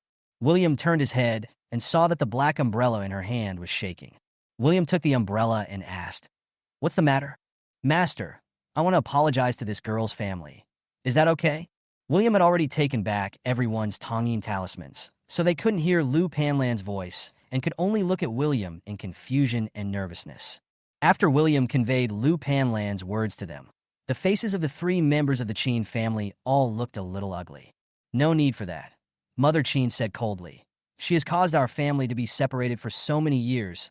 We will never forgive her." When Lu Panlan and the black umbrella heard this, she felt so guilty that she was too embarrassed to say anything. So, the black umbrella calmed down. William sighed and said nothing more. What Lu Panlan did bring disaster to the Qin family. If he hadn't met him, Qin Shuang would have died soon. It is understandable that the Qin family cannot forgive Lu Panlan. Whether human or ghost, everyone should bear the consequences for their mistakes and sins. Not being forgiven and being hated are the consequences Lu Panlan has to bear now. And after she goes to the underworld, she will be punished according to the laws of the underworld. No one can help her. No one is obliged to help her. William has already calculated that Qin Keek's reincarnation is now in a small villa on the outskirts of the imperial capital. In order to resolve the matter as soon as possible, after leaving the Qin family, he took Lu Panlan to find Qin Kiki. This matter is still not done. With his agile skills, William quickly sneaked into the villa. In the elderly room on the first floor, the gray-haired and wrinkled Qin Kiki was sleeping on a big bed. Her cheeks were deeply sunken, and she looked like her end was near. Coco, my dear daughter." Even though Qin Kiki had been reincarnated, Lu Panlan recognized her as her daughter at first sight and couldn't help but cover her mouth and cry. Perhaps it was the bond between mother and daughter, or perhaps it was the moment when Qin Kiki had finally regained her vitality. She suddenly opened her eyes and saw Lu Panlan. Tears flowed from her eyes, and she shouted in an old voice, "Mom, you are here to pick up Kiki." Lu Panlan cried even harder. William didn't like seeing this scene, so he turned and left, leaving the rest of the time to the mother and daughter who had been separated for 100 years and across 2 lifetimes. He returned to the car and took a nap. When it was dawn, he suddenly felt something and opened his eyes. Lu Panlan was seen walking towards his car with a little girl in her early teens, both of them smiling. William got out of the car. Lu Panlan took Qin Kiki to him and knelt down without saying a word. "Thank you very much for everything you have done for my mother and me. I will repay you in my next life." William reached out and helped them both up. "Go with peace of mind. The time has come." Lu Panlan stood up with a smile, then took Qin Kiki away. In the distance, a gate connecting the Yin and Yang worlds slowly appeared. 2 Yin soldiers stood on both sides of the gate, waiting for Lu Panlan and Qin Kiki. Lu Panlan and her daughter walked further and further away, and their figures became smaller and smaller. When the 2 of them walked to the door, they turned around together, looked at William and waved, then turned around and walked into the gate with brisk steps. The moment they entered the gate, their figures disappeared instantly. William from the direction of the boundary gate. William reached out to catch the golden light and smiled gently. Sure enough, the merits I can get from helping ghosts are much greater than those from helping people. Last time, I helped so many people to get rid of evil spirits, but the merits I got were invisible. This time, I helped just 1 ghost and I got so much. It's really worth it. People in the Shinmin sect can earn merit by doing good deeds. This is also why William suddenly became kind-hearted and did so much for Lu Panlan. It's true that he felt pity for Lu Panlan's life, and it's also true that he wanted to gain merit points. Merit is extremely important to Xianshi. It can help them practice and become more powerful, and sometimes even change their fate. But this is the first time that William attaches so much importance to merit. There is no way. The metaphysics of this world is too decadent and lacks spiritual energy. That's why William has strength recovered so slowly, and he couldn't even remove the evil spirit from old Zhou. He could only stare blankly at the dazzling golden light on Mr. Zhou's body. Thinking of this, William decided to help more ghosts and accumulate more merits as soon as possible so that he could get rid of the evil spirit from Mr. Zhou as soon as possible. After returning to the car, Tina asked, "Master, since you were sending Lu Panlan away, why don't you send the ghost child away with you?" William shook his head. "It's different. The ghost boy has been dead for at least 1,000 years. His ghost power is very strong. Ordinary ghost soldiers can't contain him. At least we have to let Wu Chang come." Tina listened to William saying these words that she had only heard in legends before, and felt that it was so exciting to follow her own master. William, the impermanence you were talking about, are you referring to the black and white impermanence?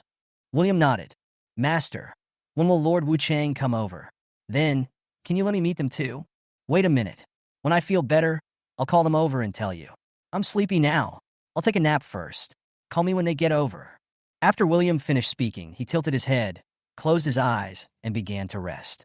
At this time, Jiang Shun, who was driving, looked confused. That night, he followed William running around, but because he didn't have the Tongyin talisman, he couldn't see anything. He could only watch them talking to the air suddenly. When Tina expressed her admiration for William, she did not avoid him. This made him even more curious. What on earth happened? Did his boss go out to catch ghosts tonight? No, he must find out what happened tonight. Otherwise, he would be so curious that he would die. Chapter 67, Chun Wanning's Birthday Party. Chun Wanning's birthday party will be held in a few days. This year is exactly her 30th birthday.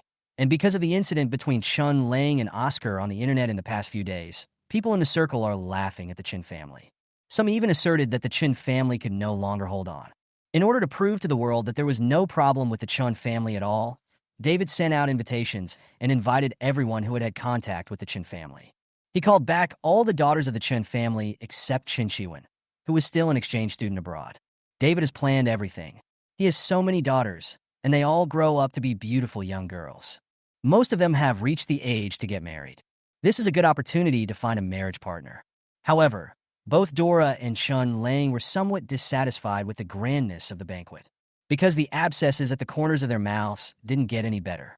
They had seen all the famous Chinese and Western doctors and applied all kinds of precious ointments on their mouths, but those abscesses that were disgusting at the sight of them still stubbornly grew on their mouths. Chun Lang was even worse off. Her face still hurt terribly. I saw many famous doctors, but no one knew the cause. Some doctors even suggested that she see a psychiatrist. Chun Lang was so angry that she scolded the old expert immediately. Daisy had gone through great pains to find that old expert, and he cured the disease. Not only did Chun Lang offend the expert, she also blamed her for finding such a quack doctor for her. Daisy felt very aggrieved and had a quarrel with her. The two sisters still haven't spoken to each other and even refused to sit together when putting on makeup. Seeing her two sisters like this, Chun Wanning felt overwhelmed. William has already promised her. William has school every day to bring him breakfast. Various valuable gifts that only Oscar could receive in the past were sent to William like water. Only then did William agree to invite Chen Cen to attend his birthday party. Therefore, she would never allow any accidents to happen at this banquet. Daisy, Chun Lang, today's banquet is of vital importance to our Chen family. I don't care what conflicts you have now, but you must not let the guests see it. Do you understand? Daisy and Chun Lang were the most afraid of the eldest sister, Chun Wanning, in this family. When they saw her giving them orders in such a serious manner, they nodded repeatedly. Afterwards, Chun Wanning took out two beautifully designed silk masks and handed them to Dora and Chun Lang. Mom, fourth sister, don't worry too much about the condition of your mouths. When the time comes, just put on this mask and say you are allergic. After taking the masks, the two tried them in front of the mirror. Although they were a little unhappy, there was no other way. Where is the seventh sister? Chun Wanning asked again. Everyone was stunned when they heard this. Chun Lang, is it in the room? Girl, why aren't you here to put on makeup and style your hair yet? Fifth sister, go call seventh sister. Chun Wanning's tone was full of displeasure. Good. Chun Elan lifted her skirt and walked quickly out of the dressing room. Chun Wanning thought about it and found that there was nothing else to be told. She looked in the mirror and saw that her makeup was perfect. She immediately put on a beautiful smile and walked out with her graceful waist twisted.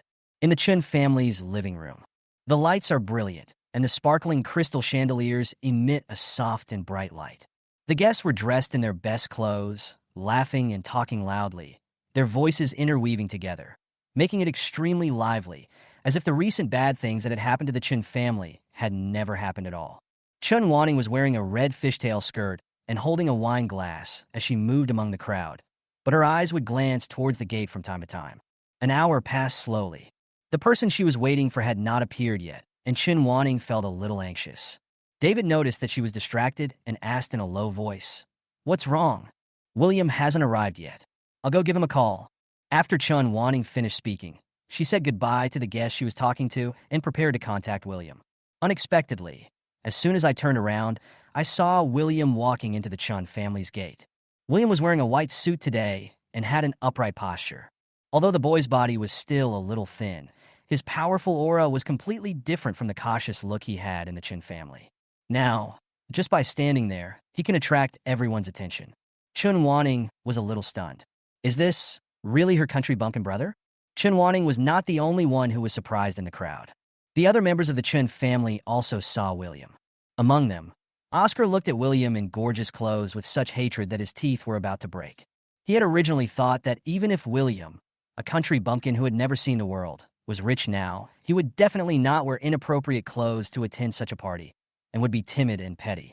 William, who appeared in Chen's house, was not only well-dressed, but also had an extraordinary demeanor. William liked this. He felt as if he had been slapped hard in the face. Then he thought that after tonight, everyone would know that William was the real young master of the Chen family, and he was just an adopted son. He could imagine what these people would say about him when the time comes. Everyone will definitely say that he is a fake who has taken over the magpie's nest. Thinking of this, a huge panic arose in his heart. No, he couldn't just watch William take away everything from him. Elder brother. Oscar walked quickly to William and deliberately called him in the way William hated the most, with a hint of viciousness flashing in his eyes. Let's get started. Go ahead and hit him. He was confident that as long as William took action, Dora would not be able to bear it. Oscar knew how much importance David and Chen Wanting attached to this birthday party. He didn't believe that after William ruined the party, David and Dora would be willing to reveal William's true identity. He hoped that William could return to the Chen family, but he must not come back as the real young master of the Chen family. Otherwise, he will become a laughing stock of the whole world. William has lived so many times and has met all kinds of people. Now Oscar stood in front of him, like an experienced old man looking at a young child. How could I not see what was going on in his mind? So, William didn't even look at Oscar, but just took a step back, with disgust clearly visible in his eyes. Seeing this, Oscar's eyes flashed with disappointment. Little brother Xiao, you are finally here. I've been waiting for you for a long time. What happened? Was there a traffic jam on the road? Chen Wanting knew that William didn't like Oscar and was worried that the two would have a conflict, so she quickly walked over. Before William started talking, Oscar spoke first with a smile. Yes, brother? Why are you so late? Big sister has been waiting for you for a long time. What birthday present did you give Big Sister? Let me see it quickly. I heard that you were going to give Big Sister a big gift. I'm so curious. Chapter 68 Daisy is wronged again. Chen Wanting had felt it was strange before, because everyone knew that William didn't like Oscar. Oscar himself always talks about this matter. Moreover, Oscar has always been very smart and has a very high emotional intelligence. Otherwise, he would not have been able to make David and Dora love him even more than their own daughters. But today, he knew clearly how important this banquet was to the Chen family and could not afford any mistakes. But he just had to get in front of William and call him in the way William hated the most. Even though I knew William came empty-handed, I still asked him what gift he had given. If someone said that Oscar didn't do it on purpose, Chen Wanting would never believe it. Because to some extent, Chen Wanting and Oscar are the same kind of people. Oscar best. They only do things that are beneficial to themselves. In order to prevent Oscar from continuing to do stupid things and completely irritating William, she pulled Oscar behind her, turned her head to give him a warning look, and then looked at William with a smile. Little Yi's arrival is the best gift for me. Let's go and say hello to Daddy with me. As she said this, she took William's arm and led him inside. Oscar looked at the two men's backs, his face turning blue with anger. But William turned his head to look at him deliberately, with a mocking smile on his face. It was as if he was demonstrating to him. Oscar was so angry that he turned around and went to find Dora. Little brother Xiao, when will Lawyer Chin arrive? In a little while, Mom and Dad will announce your true identity to everyone. Chen Wanting walked away, pretending nothing had happened. William paused and turned to look at Chen Wanting. Sister, I have prepared a gift for you. It will be here soon, and Chen Cen and I prepared this gift for you together.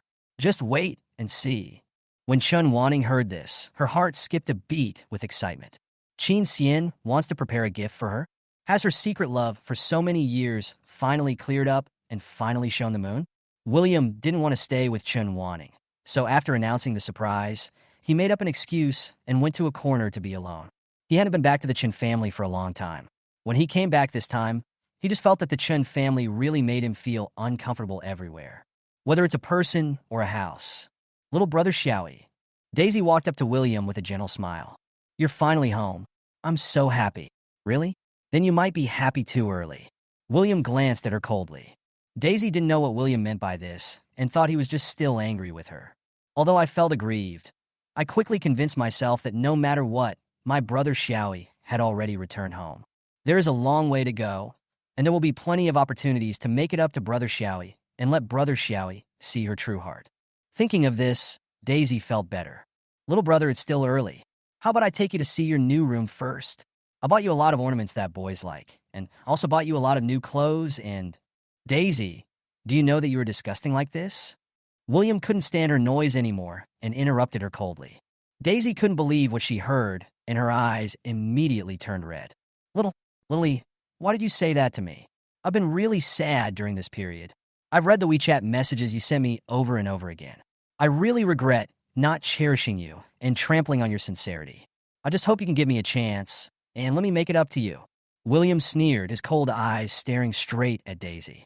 Daisy, ask yourself, are you doing this now to make amends to me, or to repair the cracks in your kind and perfect personality caused by trampling on my sincerity? Daisy felt as if her heart was hit by a huge hammer when she heard this. She didn't understand why William said that to her.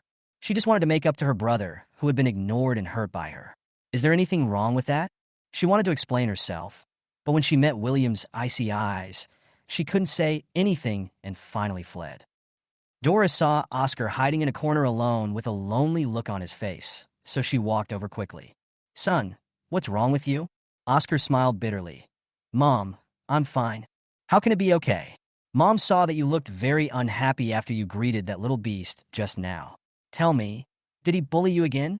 Oscar turned his head away and wiped his wet eyes. Mom, I'm really fine. You don't have to worry about me. And don't go looking for my brother. Today's banquet is very important to our family. It's okay for me to suffer a little. When Dora saw her beloved son like this, she was even more convinced that he was bullied by that little beast William again, and she immediately wanted to settle the score with William. After she went downstairs, Oscar raised the corners of his lips slightly, with a hint of pride in his eyes. William in the corner downstairs with interest. Dora was not blinded by anger after all. She still remembered the importance of this banquet to the Chen family and their real purpose of wanting William to come back. After all, David and Chen Wanting have repeatedly reminded her about these things in the past 2 days. So this time, she didn't just slap him like she did before. Anyway, he suppressed his anger, forced a smile, and walked towards William. Her strategy is to use courtesy first and then force. Dora didn't have much time to entertain guests because of the abscess on her mouth. In addition, her mouth hurt terribly whenever she spoke, so she didn't even say hello to her usual group of rich lady friends. At this time, William was standing in the corner, and if she wanted to get there, she had to go through the crowd. Inevitably, she ran into many familiar people, greeted them, and explained over and over again that she was wearing a mask today because she was allergic. After finally dealing with these people, she continued to walk towards William. Unexpectedly, she had just taken 2 steps when she heard the laughter of her so-called best friend behind her. It's so funny. What's the allergy? It's obviously because the Chun family is about to go bankrupt, and he's just anxious and angry. That's right. I've been annoyed with her for a long time.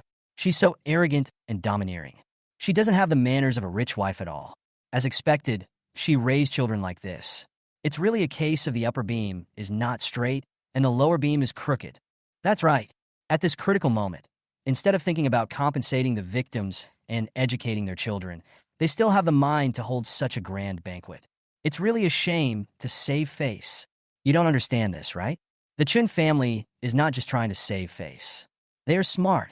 Didn't you see that almost all of the daughters of the Chen family are here today? And they are all dressed up extremely seductively. It's obvious that they want to take the opportunity to pick a man and rely on marriage to get through the crisis. Those of you who have sons, please take good care of your sons. Don't jump into the fire pit of the Chun family. Chapter 69, Mom will treat you well in the future. Listening to the sarcastic ridicule from her former best friend, Dora became so angry that her face turned blue. She lost her balance and almost fell down. Her eyes were filled with anger and unwillingness. If it weren't for the special occasion today, she would have turned around and torn the mouths of these bitches apart. William, who had an indifferent expression, and remembered that she still had important things to do. He tried hard to force out a kind smile and walked over hurriedly. David said that there is a super powerful boss behind William. As long as the Chen family can establish a relationship with this boss, they will surely soar to success. By then, these bitches who laughed at her would surely kneel before her and beg. By then, I will never look at them again. Dora walked up to William, her eyes full of kindness that she had never given to William before. William had seen such a smile in the past. He would have felt happy and excited. But at this moment, he just felt his stomach churning and was extremely nauseous. In fact, William had already noticed Dora when she came over just now, and he heard every word of her mocking remarks. Dora looked around William casually and asked with a smile, "Xiao Yi, why are you standing here alone? Where is your friend?" "Friend? Do you mean Chen Cen?" William frowned and asked in a cold tone. "Your friend. Mom has never met him. How can I know?" Dora smiled, hiding the guilt in her eyes. Although William already knew that the Chen family must have some ulterior motive in insisting on his return, he never figured out what they were after. Now Dora's words made him feel doubtful. Could it be they wanted him back so eagerly for the sake of this so-called friend of theirs? So who is this friend? From Dora's reaction, it shouldn't be Chen Cen. Is that Mr. Zhou? Or Mr. Han? William asked tentatively. So you want me to come back this time? Actually for my friend? Dora was worried that if she continued with this topic, William would guess the real reason why they asked him to go home. So she tried to change the subject. She stretched out her hand, ready to hold William's hand, but unexpectedly William dodged it swiftly. Dora was furious and secretly cursed William for being ungrateful, but she pretended to be hurt and said pitifully, "Xiao Yi, are you still blaming your mother?" William looked at her with a half smile and asked, "Why should I blame you?" Dora said hurriedly, "Xiao Yi, Mom knows that I was a little strict with you in the past, but you have to believe that everything I did was actually for your own good. You were not with me since you were a child, and you grew up in that kind of place. I was always afraid that you would learn bad things. But now, I've figured it out. In the past, I misunderstood you because I was too anxious. Now I know that you are a good child, and I will definitely treat you well in the future, just like I treat your sisters and brothers." William sneered and said, "Misunderstanding? Then why do you think you misunderstood me?" Dora was stunned for a moment and didn't know how to answer this question. After all, that wasn't what she thought at all. If the Chen family wasn't in urgent need of getting in touch with the man behind William, she wouldn't even want to look at William, let alone say these insincere words. Dora smiled dryly and continued, "Xiao Yi, now that you are home, let's not talk about the unhappy things in the past. Don't mention it? Why not? Is it because the knife didn't stab you and you didn't feel the pain so you can just brush it off like that? Or do you simply not think that the unfounded accusations against me in the past were misunderstandings?" William frowned, his tone full of coldness. Dora's face froze, and she was very angry. She had already humbled herself to please this little bastard, but he actually dared to take advantage of her. But thinking of the Chun family's current situation, she could only hold back her anger and said softly, "Xiao Yi." William interrupted her mercilessly. "Also, the reason why you came to me now is because Oscar cried to you again and said that I bullied him, right? So no matter what you say now, in the end you will still ask me not to bully Oscar and love him as my brother, right?" Dora was very surprised that William knew so much. William's eyes flashed with sarcasm, and he said coldly, "Dora, your face, is it really because of allergies?" After saying that, he strode away, leaving Dora standing there in a daze with a look of astonishment on her face. For some reason, Dora always felt that there was something wrong with William's tone and look at the end, but she couldn't figure out what exactly was wrong. Above the night sky, the bright moon hangs high, and the stars are sparsely dotted in the sky. William was really fed up with the fake smiles in the banquet hall, so he came to the courtyard alone. Instead of being disgusted by the Chun family members one after another, it is better to come out and breathe some fresh air. Anyway, it is still early before the big show starts. There were only a few people in the yard who came out to get some fresh air. William walked aimlessly and unknowingly came to the small window of the basement where he used to live. The scenes of his difficult days in this little house in the past came back to his mind like a tide. Thinking of those painful memories, his expression gradually became gloomy and he unconsciously clenched his fists. "William, you are very proud of yourself." At this time, Oscar came over. He stared at William intently and said through gritted teeth, "William, you are very proud." William turned around and looked at Oscar expressionlessly, remaining silent. Oscar's eyes flashed with resentment, and he gritted his teeth viciously and said, "Mom and Dad are finally going to announce your true identity. After tonight, you will be the real young master of the Chun family, and you can finally take away everything from me." A mocking smile appeared on William's face, with the corners of his mouth slightly raised, carrying a hint of disdain and coldness. "Everything you have? Do you mean the favor and money you, an orphan, got by replacing me?" Oscar's eyes widened, and he said angrily, "William, don't be too proud too soon. Even if I am an adopted son, so what? Isn't it me that my parents value the most? Do you really think that they took you back to really compensate you?" William's heart moved. He really wanted to know what the Chun family's real purpose was. So he raised his eyebrows slightly, his eyes were sharp, and he continued to say nonchalantly along with Oscar's words, "After all, I am your biological child. You must have heard of the idiom that blood is thicker than water, right?" When Oscar heard what William said, he felt a surge of jealousy in his heart. "So what if they are my biological children? I have been the one enjoying everything these years." Oscar sneered, his face full of contempt and malice, and said sarcastically, "What do you mean blood is thicker than water? It's just that I value the resources behind you. William, it feels good to be pressed by an old man, right? TSK, TSK, TSK. You are really despicable. For money, you can even do such a thing." William frowned tightly, his heart full of confusion and shock. "What do you mean? What old man?" Oscar sneered, pouted, and said with a gloating look on his face, "Why are you still pretending? Do you think we don't know? The reason you can live such a good life after leaving the Chin family is because you sold your body and hooked up with a big boss, right?" Chapter 70 Chen Cen is finally here. After Oscar said those words, his heart was pounding. He was worried that William would hit him again, so he left in a hurry. William stood there quietly, and after a long time, he pieced together the truth from Oscar's words. At this moment, in addition to shock, an uncontrollable nausea surged in his heart. How could the thinking of these people in the Chun family be so weird and dirty? Is he being kept by a man? They really can think of it. William stared through the window beside him at David and Chun Wanning, who were chatting and laughing with others in the house, and a hint of cruelty flashed in his eyes. After tonight, the Chun family will become a laughingstock in the entire imperial capital. At the same time, Oscar was filled with regret. He knew very well that he had caused great trouble. He knew how much importance David and Chen Wanning attached to this banquet and William. Originally, he had no intention of telling the truth. But for some reason, when he saw that William was no less capable than himself in any aspect, and thought that after tonight, their identities would be completely reversed in the eyes of the world, he felt an indescribable panic in his heart. "There's always a voice in my heart shouting, 'Stomp William to death. You must trample him to death.'" Oscar regretted it in the end. I regretted adding fuel to the fire and asking the Chun family to bring William back. William who could be stepped on by him, not the William who could take away his status and position. But now that things have come to this, if William is unwilling to return to the Chin family because of what he said, he dare not think about how David and Chun Wanning will treat him. Thinking of this, he could only hope that William would not involve him when he went crazy. The time came to 8 o'clock in the evening. Chun Wanning has not yet waited for the man of her dreams, and she is becoming increasingly uneasy. She looked around anxiously for William and finally found him next to a bench in the yard. Chun Wanning asked anxiously, "Brother Xiaoyi, why hasn't Chen Cen arrived yet?" "Sister, why are you so anxious?"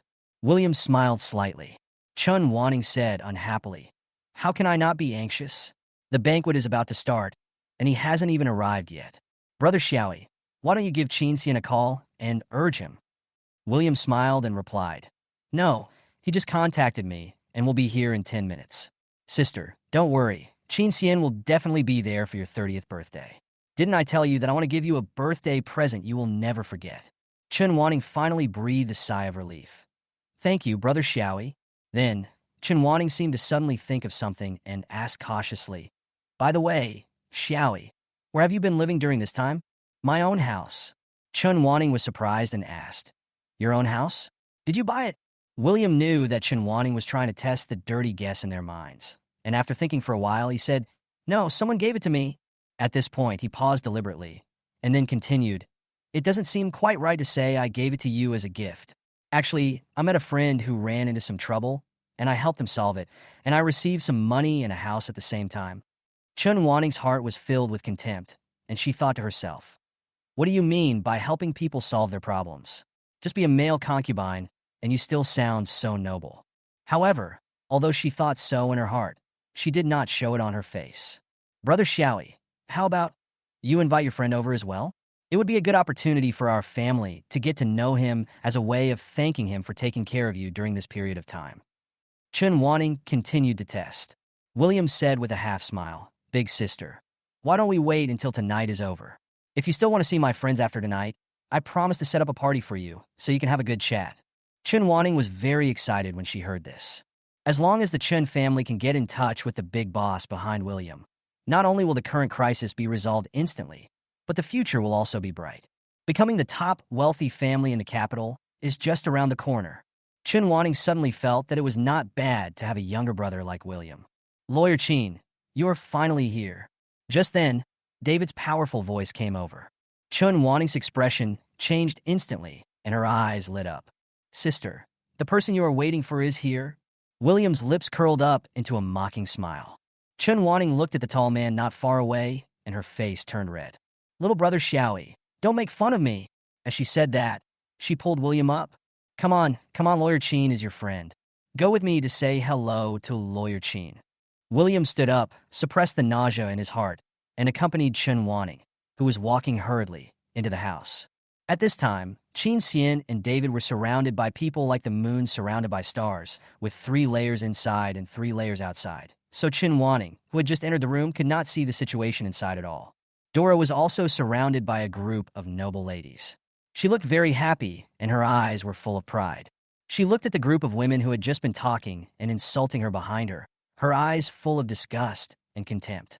As soon as Chun Wanning entered the room, everyone looked at her with envy and admiration in their eyes. Mr. Chun, Lawyer Chen actually came to your birthday party. You didn't reveal any news about such a big thing before. You were so mean. Haha, Mr. Chen, Lawyer Chen is known for being unsociable. He actually came to your birthday party. It seems that Lawyer Chen treats you very well. Of course not. Everyone knows that our CEO, Chun, is a powerful woman in the business world. I don't know how many men have fallen for her. Isn't it normal for Lawyer Chen to be fascinated by our CEO, Chen's charm? Chun Wanning felt a little flattered after listening to everyone's flattery. She looked at Chen Cen, who had an outstanding temperament in the crowd.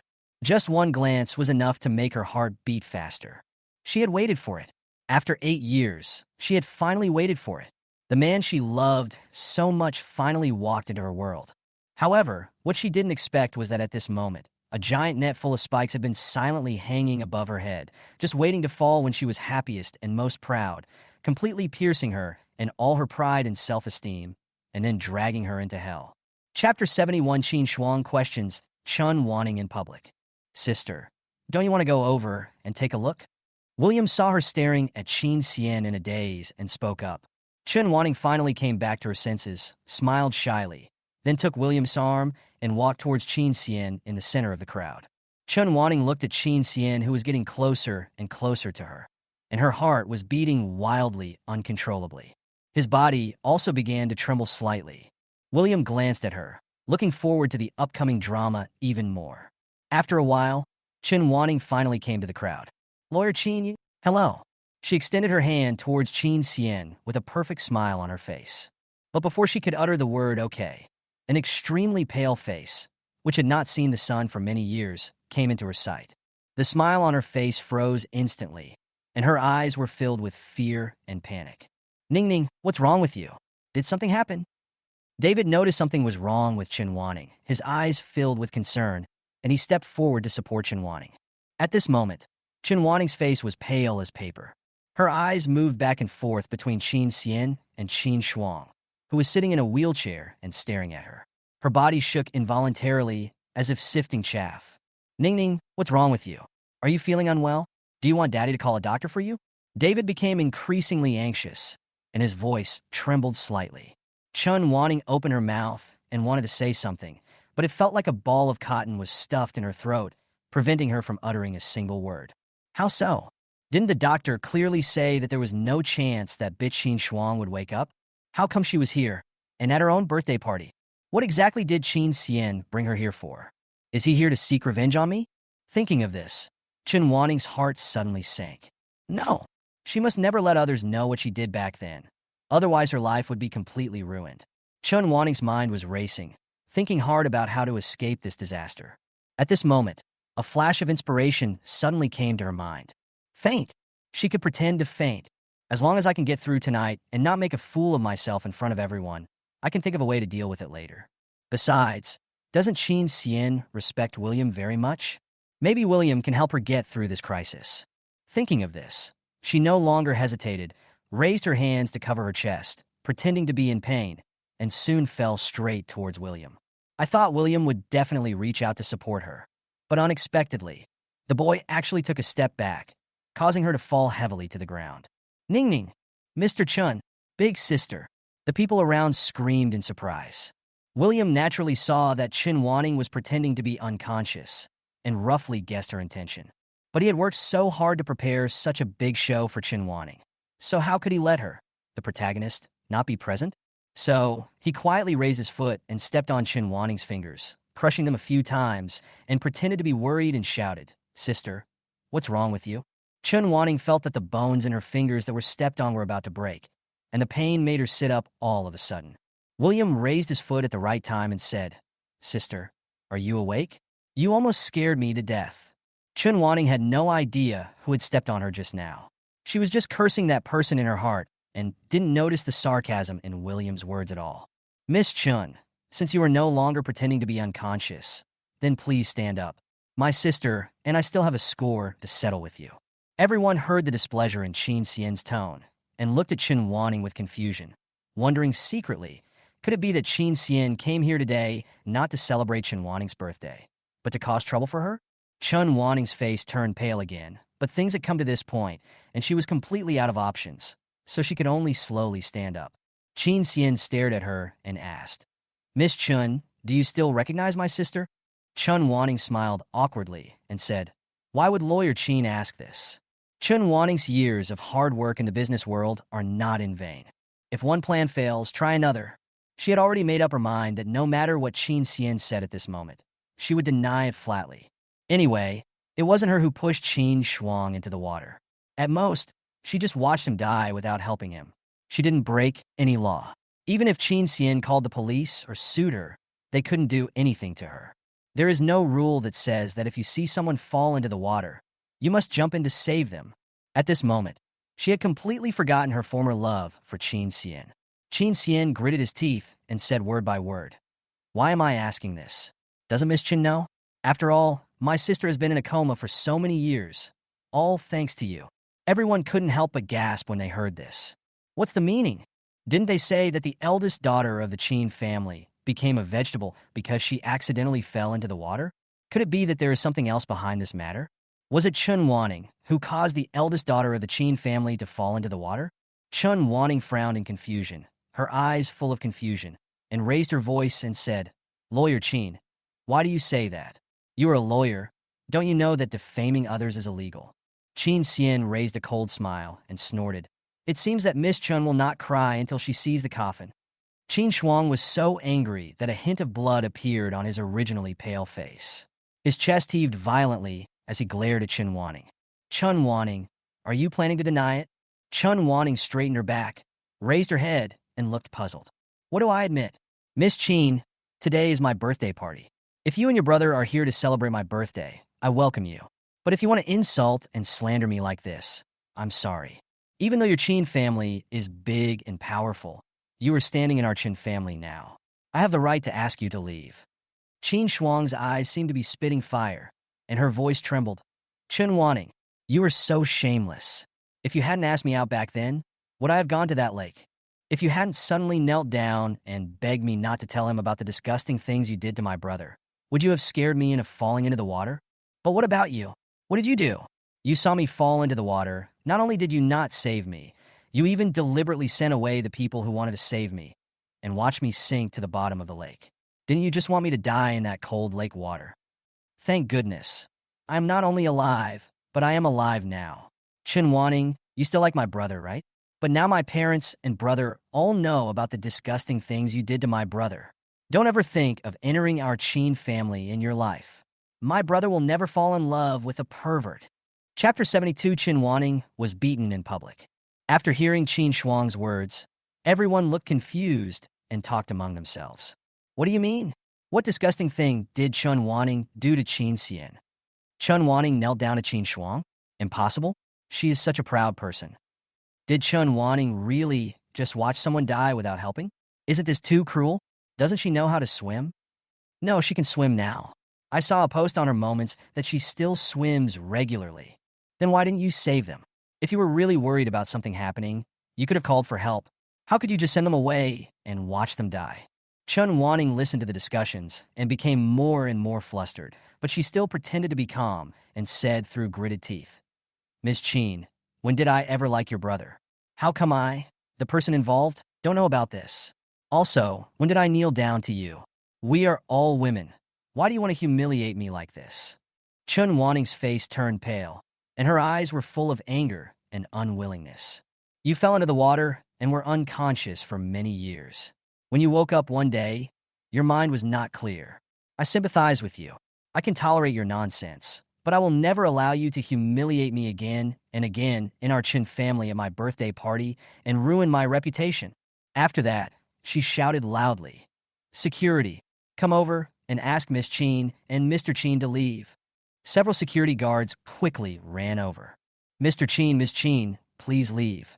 Chen Cen just sneered and said nothing, his eyes full of disdain. Chen Wanning gritted her teeth and said angrily, Since Mr. Qin and Ms. Qin are determined to ruin my birthday party, don't blame me for being rude. Security guards, just throw them out. After the words were spoken, a powerful voice sounded. I wonder who dares to touch anyone from my Qin family. Everyone looked in the direction of the voice and saw Chen Cien's grandfather, Qin's father, and Qin's mother walking into the Chun family's living room with a group of bodyguards in black.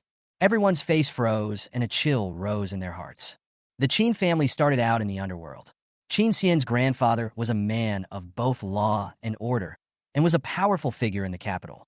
However, over the years, as the Qin family's business became more prosperous and the younger generations of the Qin family gradually grew up, he retreated to the second line and lived out his life in peace.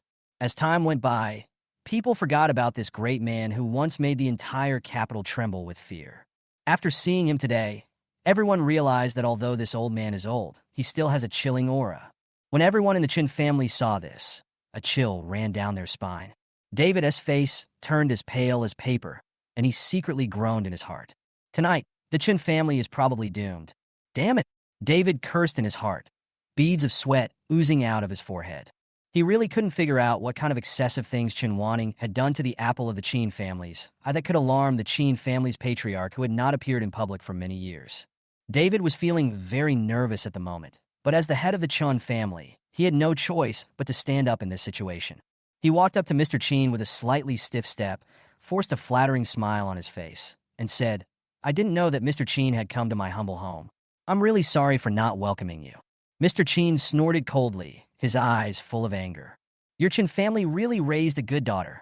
Not only did she covet my grandson, but she also caused my granddaughter to fall into the water and did not save her. David felt a chill on his back when he heard this. Although Chen Wanning knew that this old man was someone the Qin family absolutely could not afford to offend, things had come to this point, and she could not afford to think about it any further. She straightened her back with a look of defiance on her face. Mr. Qin, I respect your high moral character, but you can't slander a junior like me like this, right? I don't understand what I have done to make everyone in your family think that I like Chen Cen and cause Qin Shuang to become a plant. Pa! A crisp slap suddenly interrupted Chen Wanning's words. When Dora saw her daughter being beaten, she rushed forward like a tigress protecting her cubs, shouting, Why did you hit my daughter? Mother Qin looked at Chen Wanning with hatred and said with gritted teeth, Why? She caused my daughter to lie in bed for so many years, and she almost died. Can't I beat her? Now it's just a slap. It's easy for her. Dora was so angry that her face turned red. Aren't you just bullying others by taking advantage of your power? Mother Qin sneered. So what if you bully others by taking advantage of your power? If our Qin family had not long since retired, we would not have taken advantage of this power. Dora was so angry that she was shaking all over, You! David was afraid that Dora would completely anger the Chen family, so he quickly pulled her away. David said anxiously, "Everyone, is there any misunderstanding here? My Ningning has had no contact with your son over the years, so how could she covet him?"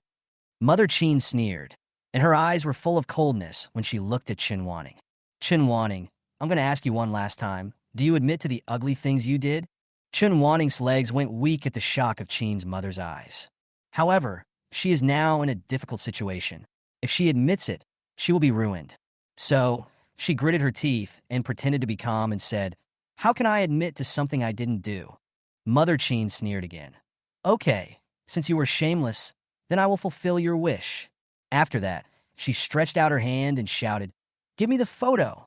The bodyguard behind him hurriedly handed over a stack of photos.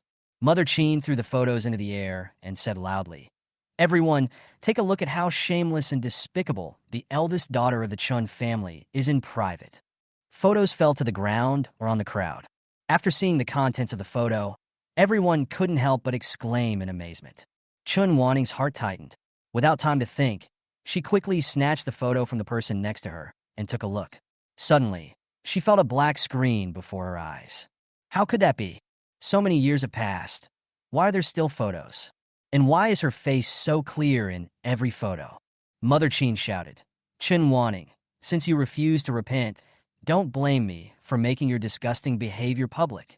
Then she raised her voice and continued, "You sneaked into my son's house, wore my son's clothes while naked, lay on the bed my son had slept in, and stole my son's underwear. Chen Wanning, you really opened my eyes. Do you still have any sense of shame? Originally, I could forgive all these and just think that you were too obsessed with my son, but you should never abandon my daughter after causing her to fall into the water. I don't ask you to save her yourself. That's a living life. If you really love my son, how can you watch his sister, who he raised since childhood, die?" Chapter 73, David's Plan. The appearance of these photos completely broke down Chun Wanning's inner defenses. She screamed hysterically, "It's not true. These photos are not real. You forged them. The person in the photo is not me. I have never done such a thing. I have never liked Chen Cen. No, I didn't. You have ruined my reputation. You are slandering me. I will not let you go. I tell you, Chen Wanning, am not afraid of your Chen family. I will sue you. I will sue you to death." Mother Chen snorted coldly. "Go ahead and sue. It will be a good opportunity for the whole world to see whether these photos are real or fake.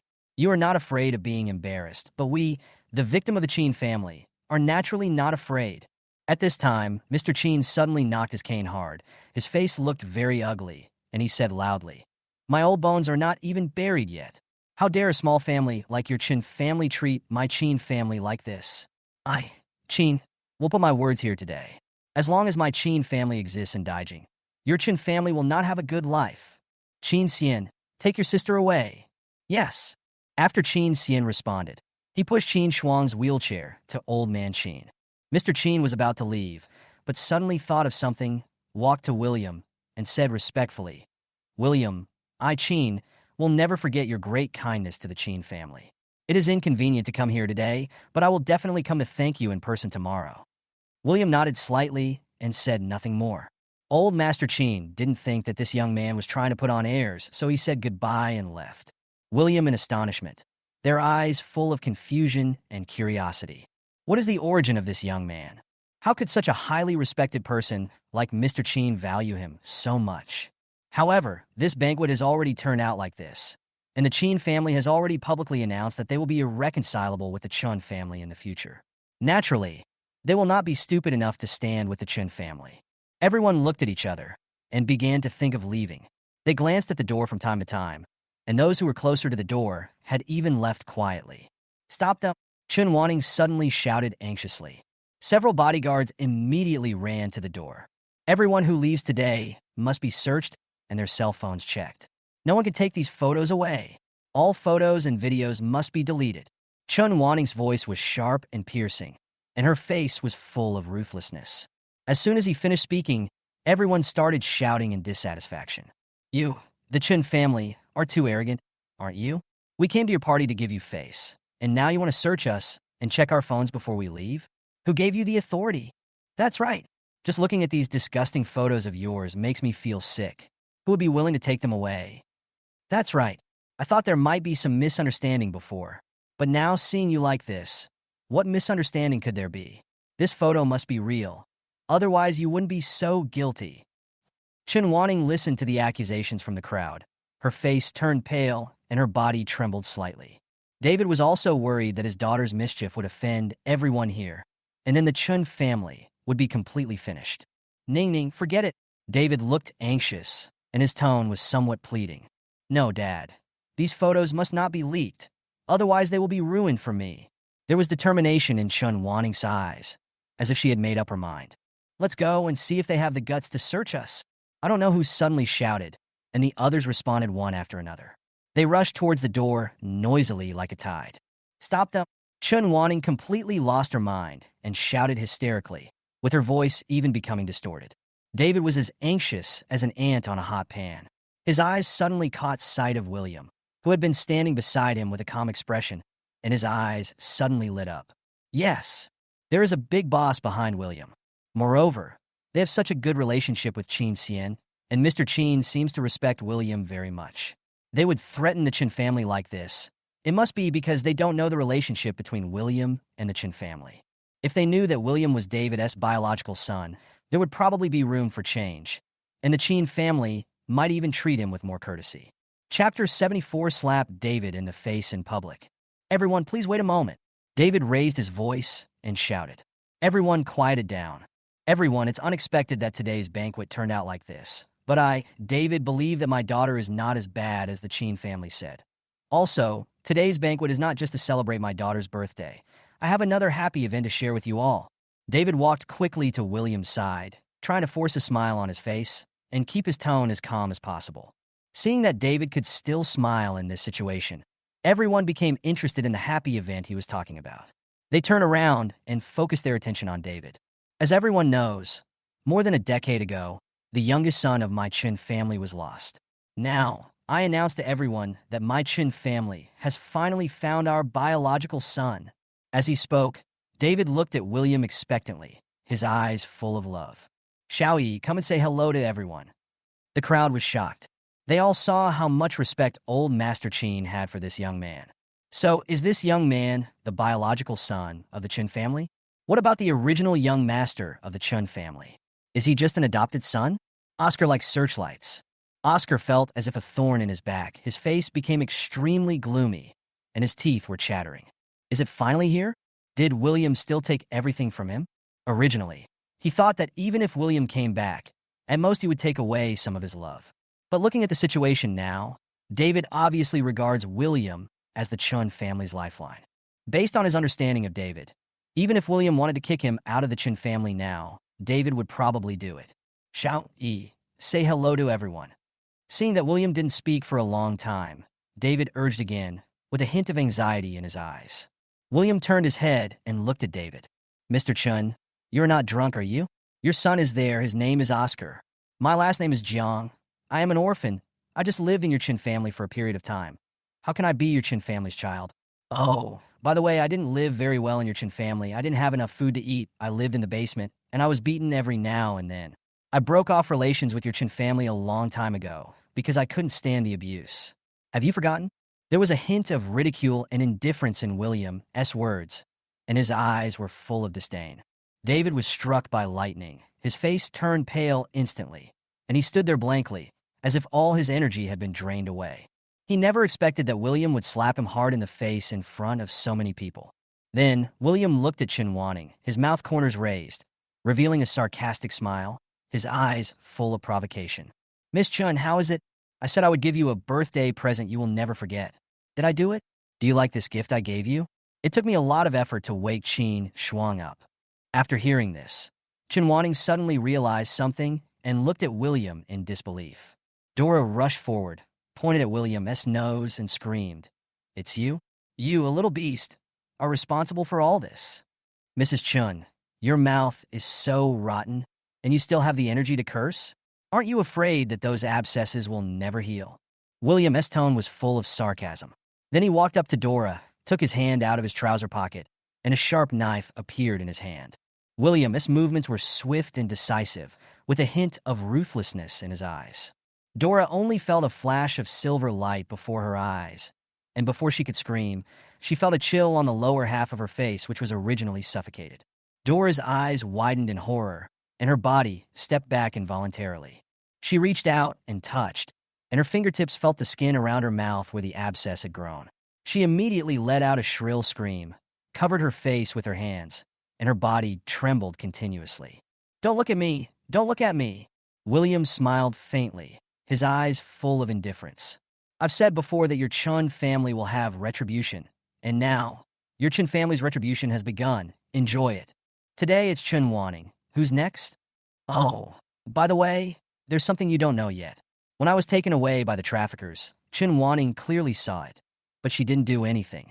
You see, your Chun family is like this. The word cold-blooded is engraved in your bones." Chapter 75, Daisy proves herself. A banquet that was supposed to mark the Chun family's resurgence ended in such a dismal way. The sneers on the guests' faces as they left were like invisible slaps in the face of everyone in the Chen family.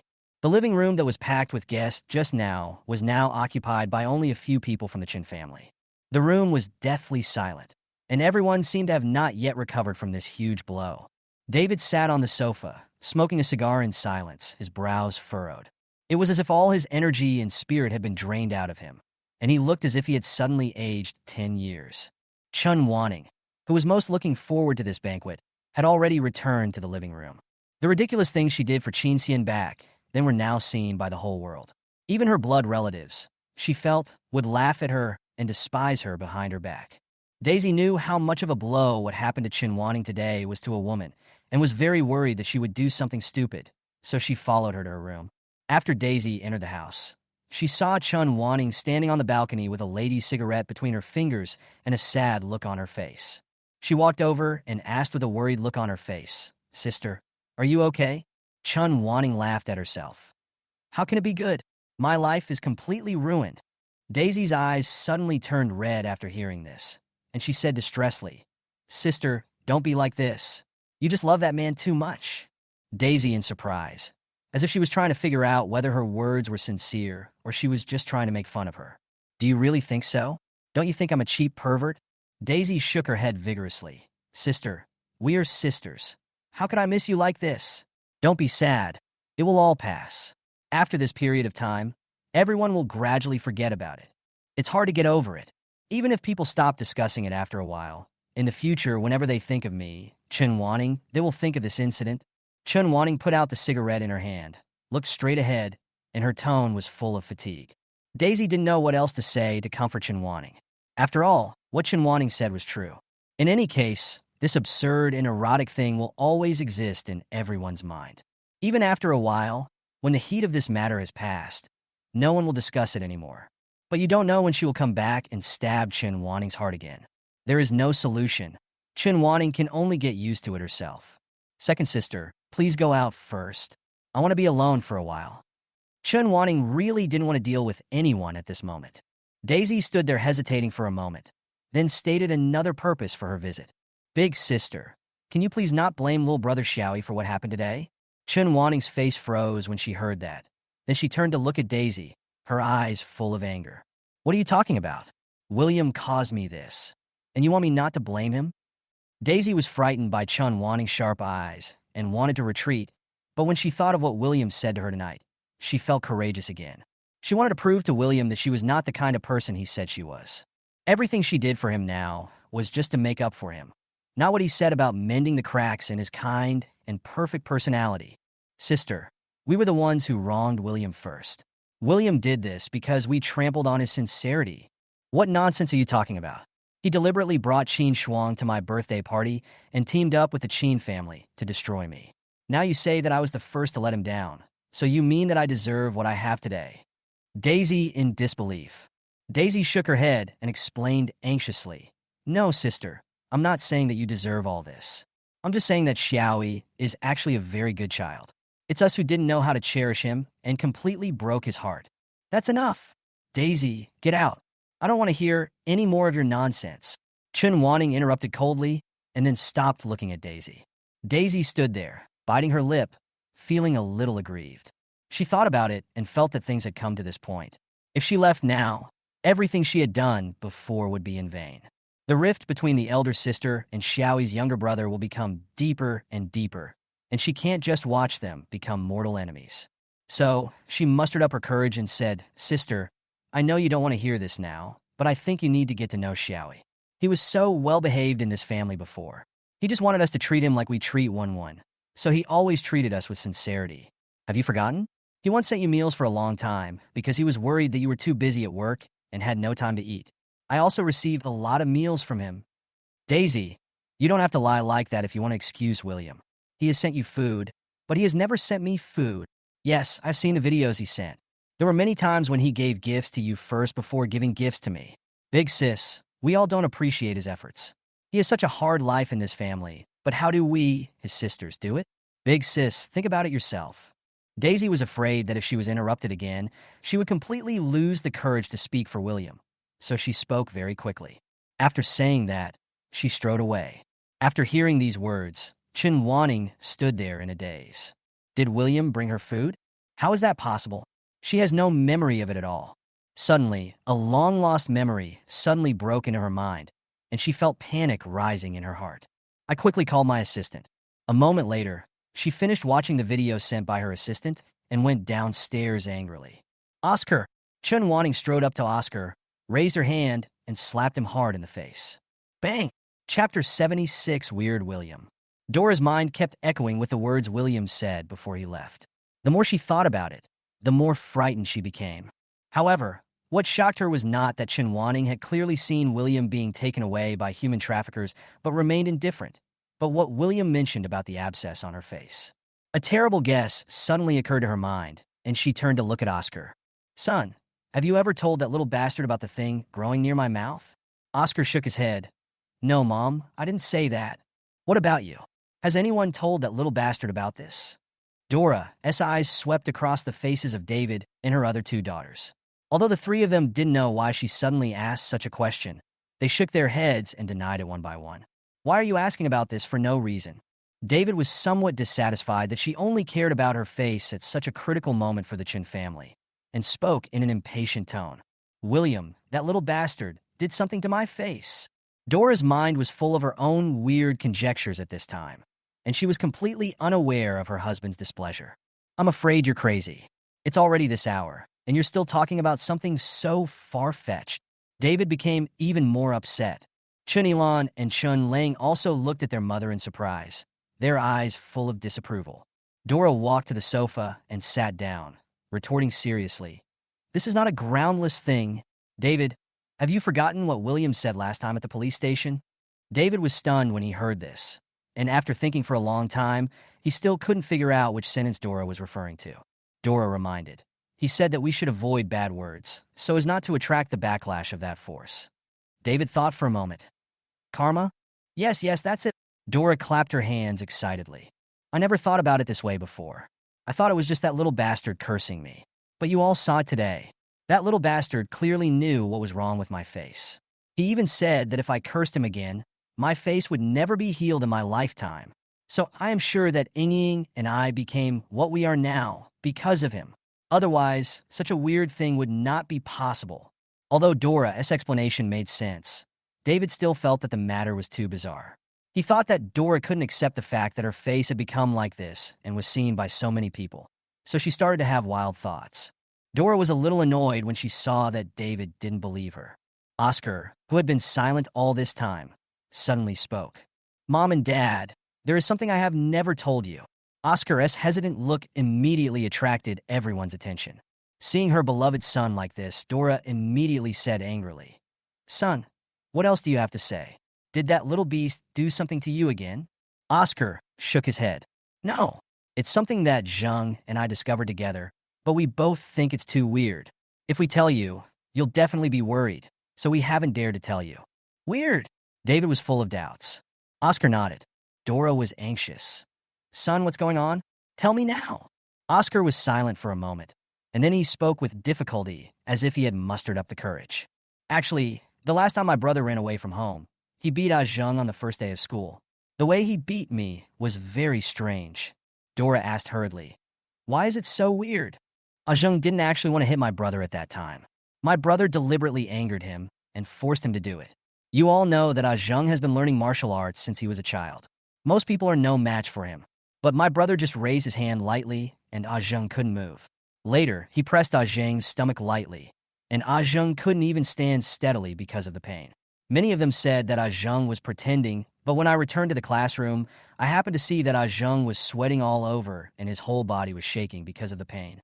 This kind of reaction can't be faked at all. Having said this, Oscar paused deliberately, then took a deep breath. Later, Zheng told me that he did pretend for a while, but that was after the police arrived. My brother pressed on Zheng's stomach, and the pain instantly disappeared. Zheng was worried that if he suddenly stopped feeling pain, the police would think he was deliberately slandering my brother, so he continued to pretend to be in pain. After Zheng told me about this, we both felt that my brother had become very strange. He was obviously not like this before, but now, for some reason, he has become so irritable and would beat people up at the slightest disagreement, and his method of beating is so strange. After Oscar finished speaking, the whole living room fell silent. Everyone looked unhappy. Ah! Chun Lang suddenly screamed, and then said, "Brother is right, William. That little beast is indeed problematic." Everyone looked at Chun Lang. "My face is also evidence," Chun Lang said excitedly. "My face became so painful the night William hit me. I saw so many doctors and had so many tests, but no one could find the cause. Some doctors even suspected that I had a mental problem. Now, after listening to what my brother said, I finally understood that William must have done something to my face. I still think these things sound too weird, like something out of a horror movie. Does William have such terrible abilities?" Chen Lan looked unable to accept it. Chun Lang asked back, "Then how do you explain my face? And my mother's and my mouth?" Chen Lan pondered for a moment, then said, "Could it be that my eldest sister told William about this? They were very close a few days ago, and my eldest sister kept sending gifts to William. Maybe she mentioned this to William." Just as he finished speaking, footsteps were heard on the stairs. Everyone looked in the direction of the voice and saw Chun Wanning walking towards them angrily. Dora stood up quickly and asked, "Ning Ning, have you told William about the thing growing around my mouth?" "Oscar." Chun Wanning was already extremely furious at this point. She didn't even look at Dora. She walked up to Oscar, raised her hand, and slapped him hard. Everyone was stunned by Chun Wanning's sudden slap, and for a moment they forgot how to react. Oscar, who was beaten, just covered his face and looked at Chun Wanning in disbelief.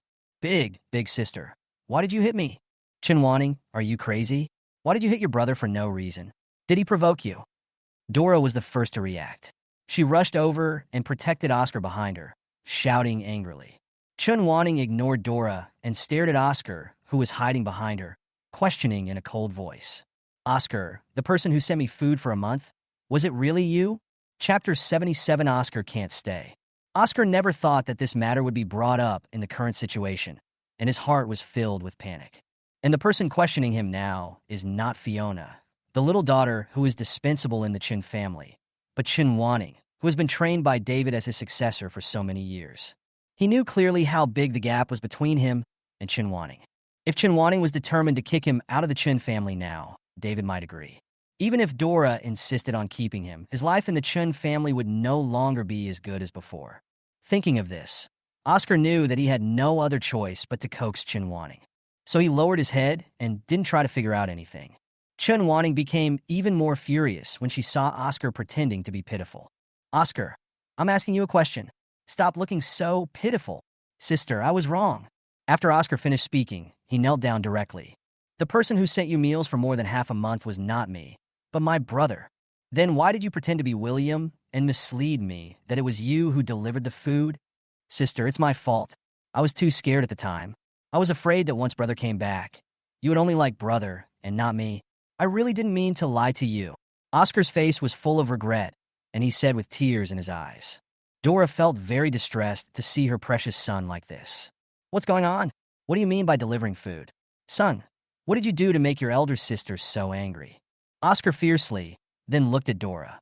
"Mom, you don't know. Your good adopted son ran to the company to deliver meals to me even though he knew William had worked hard to deliver meals to me for many days in a row.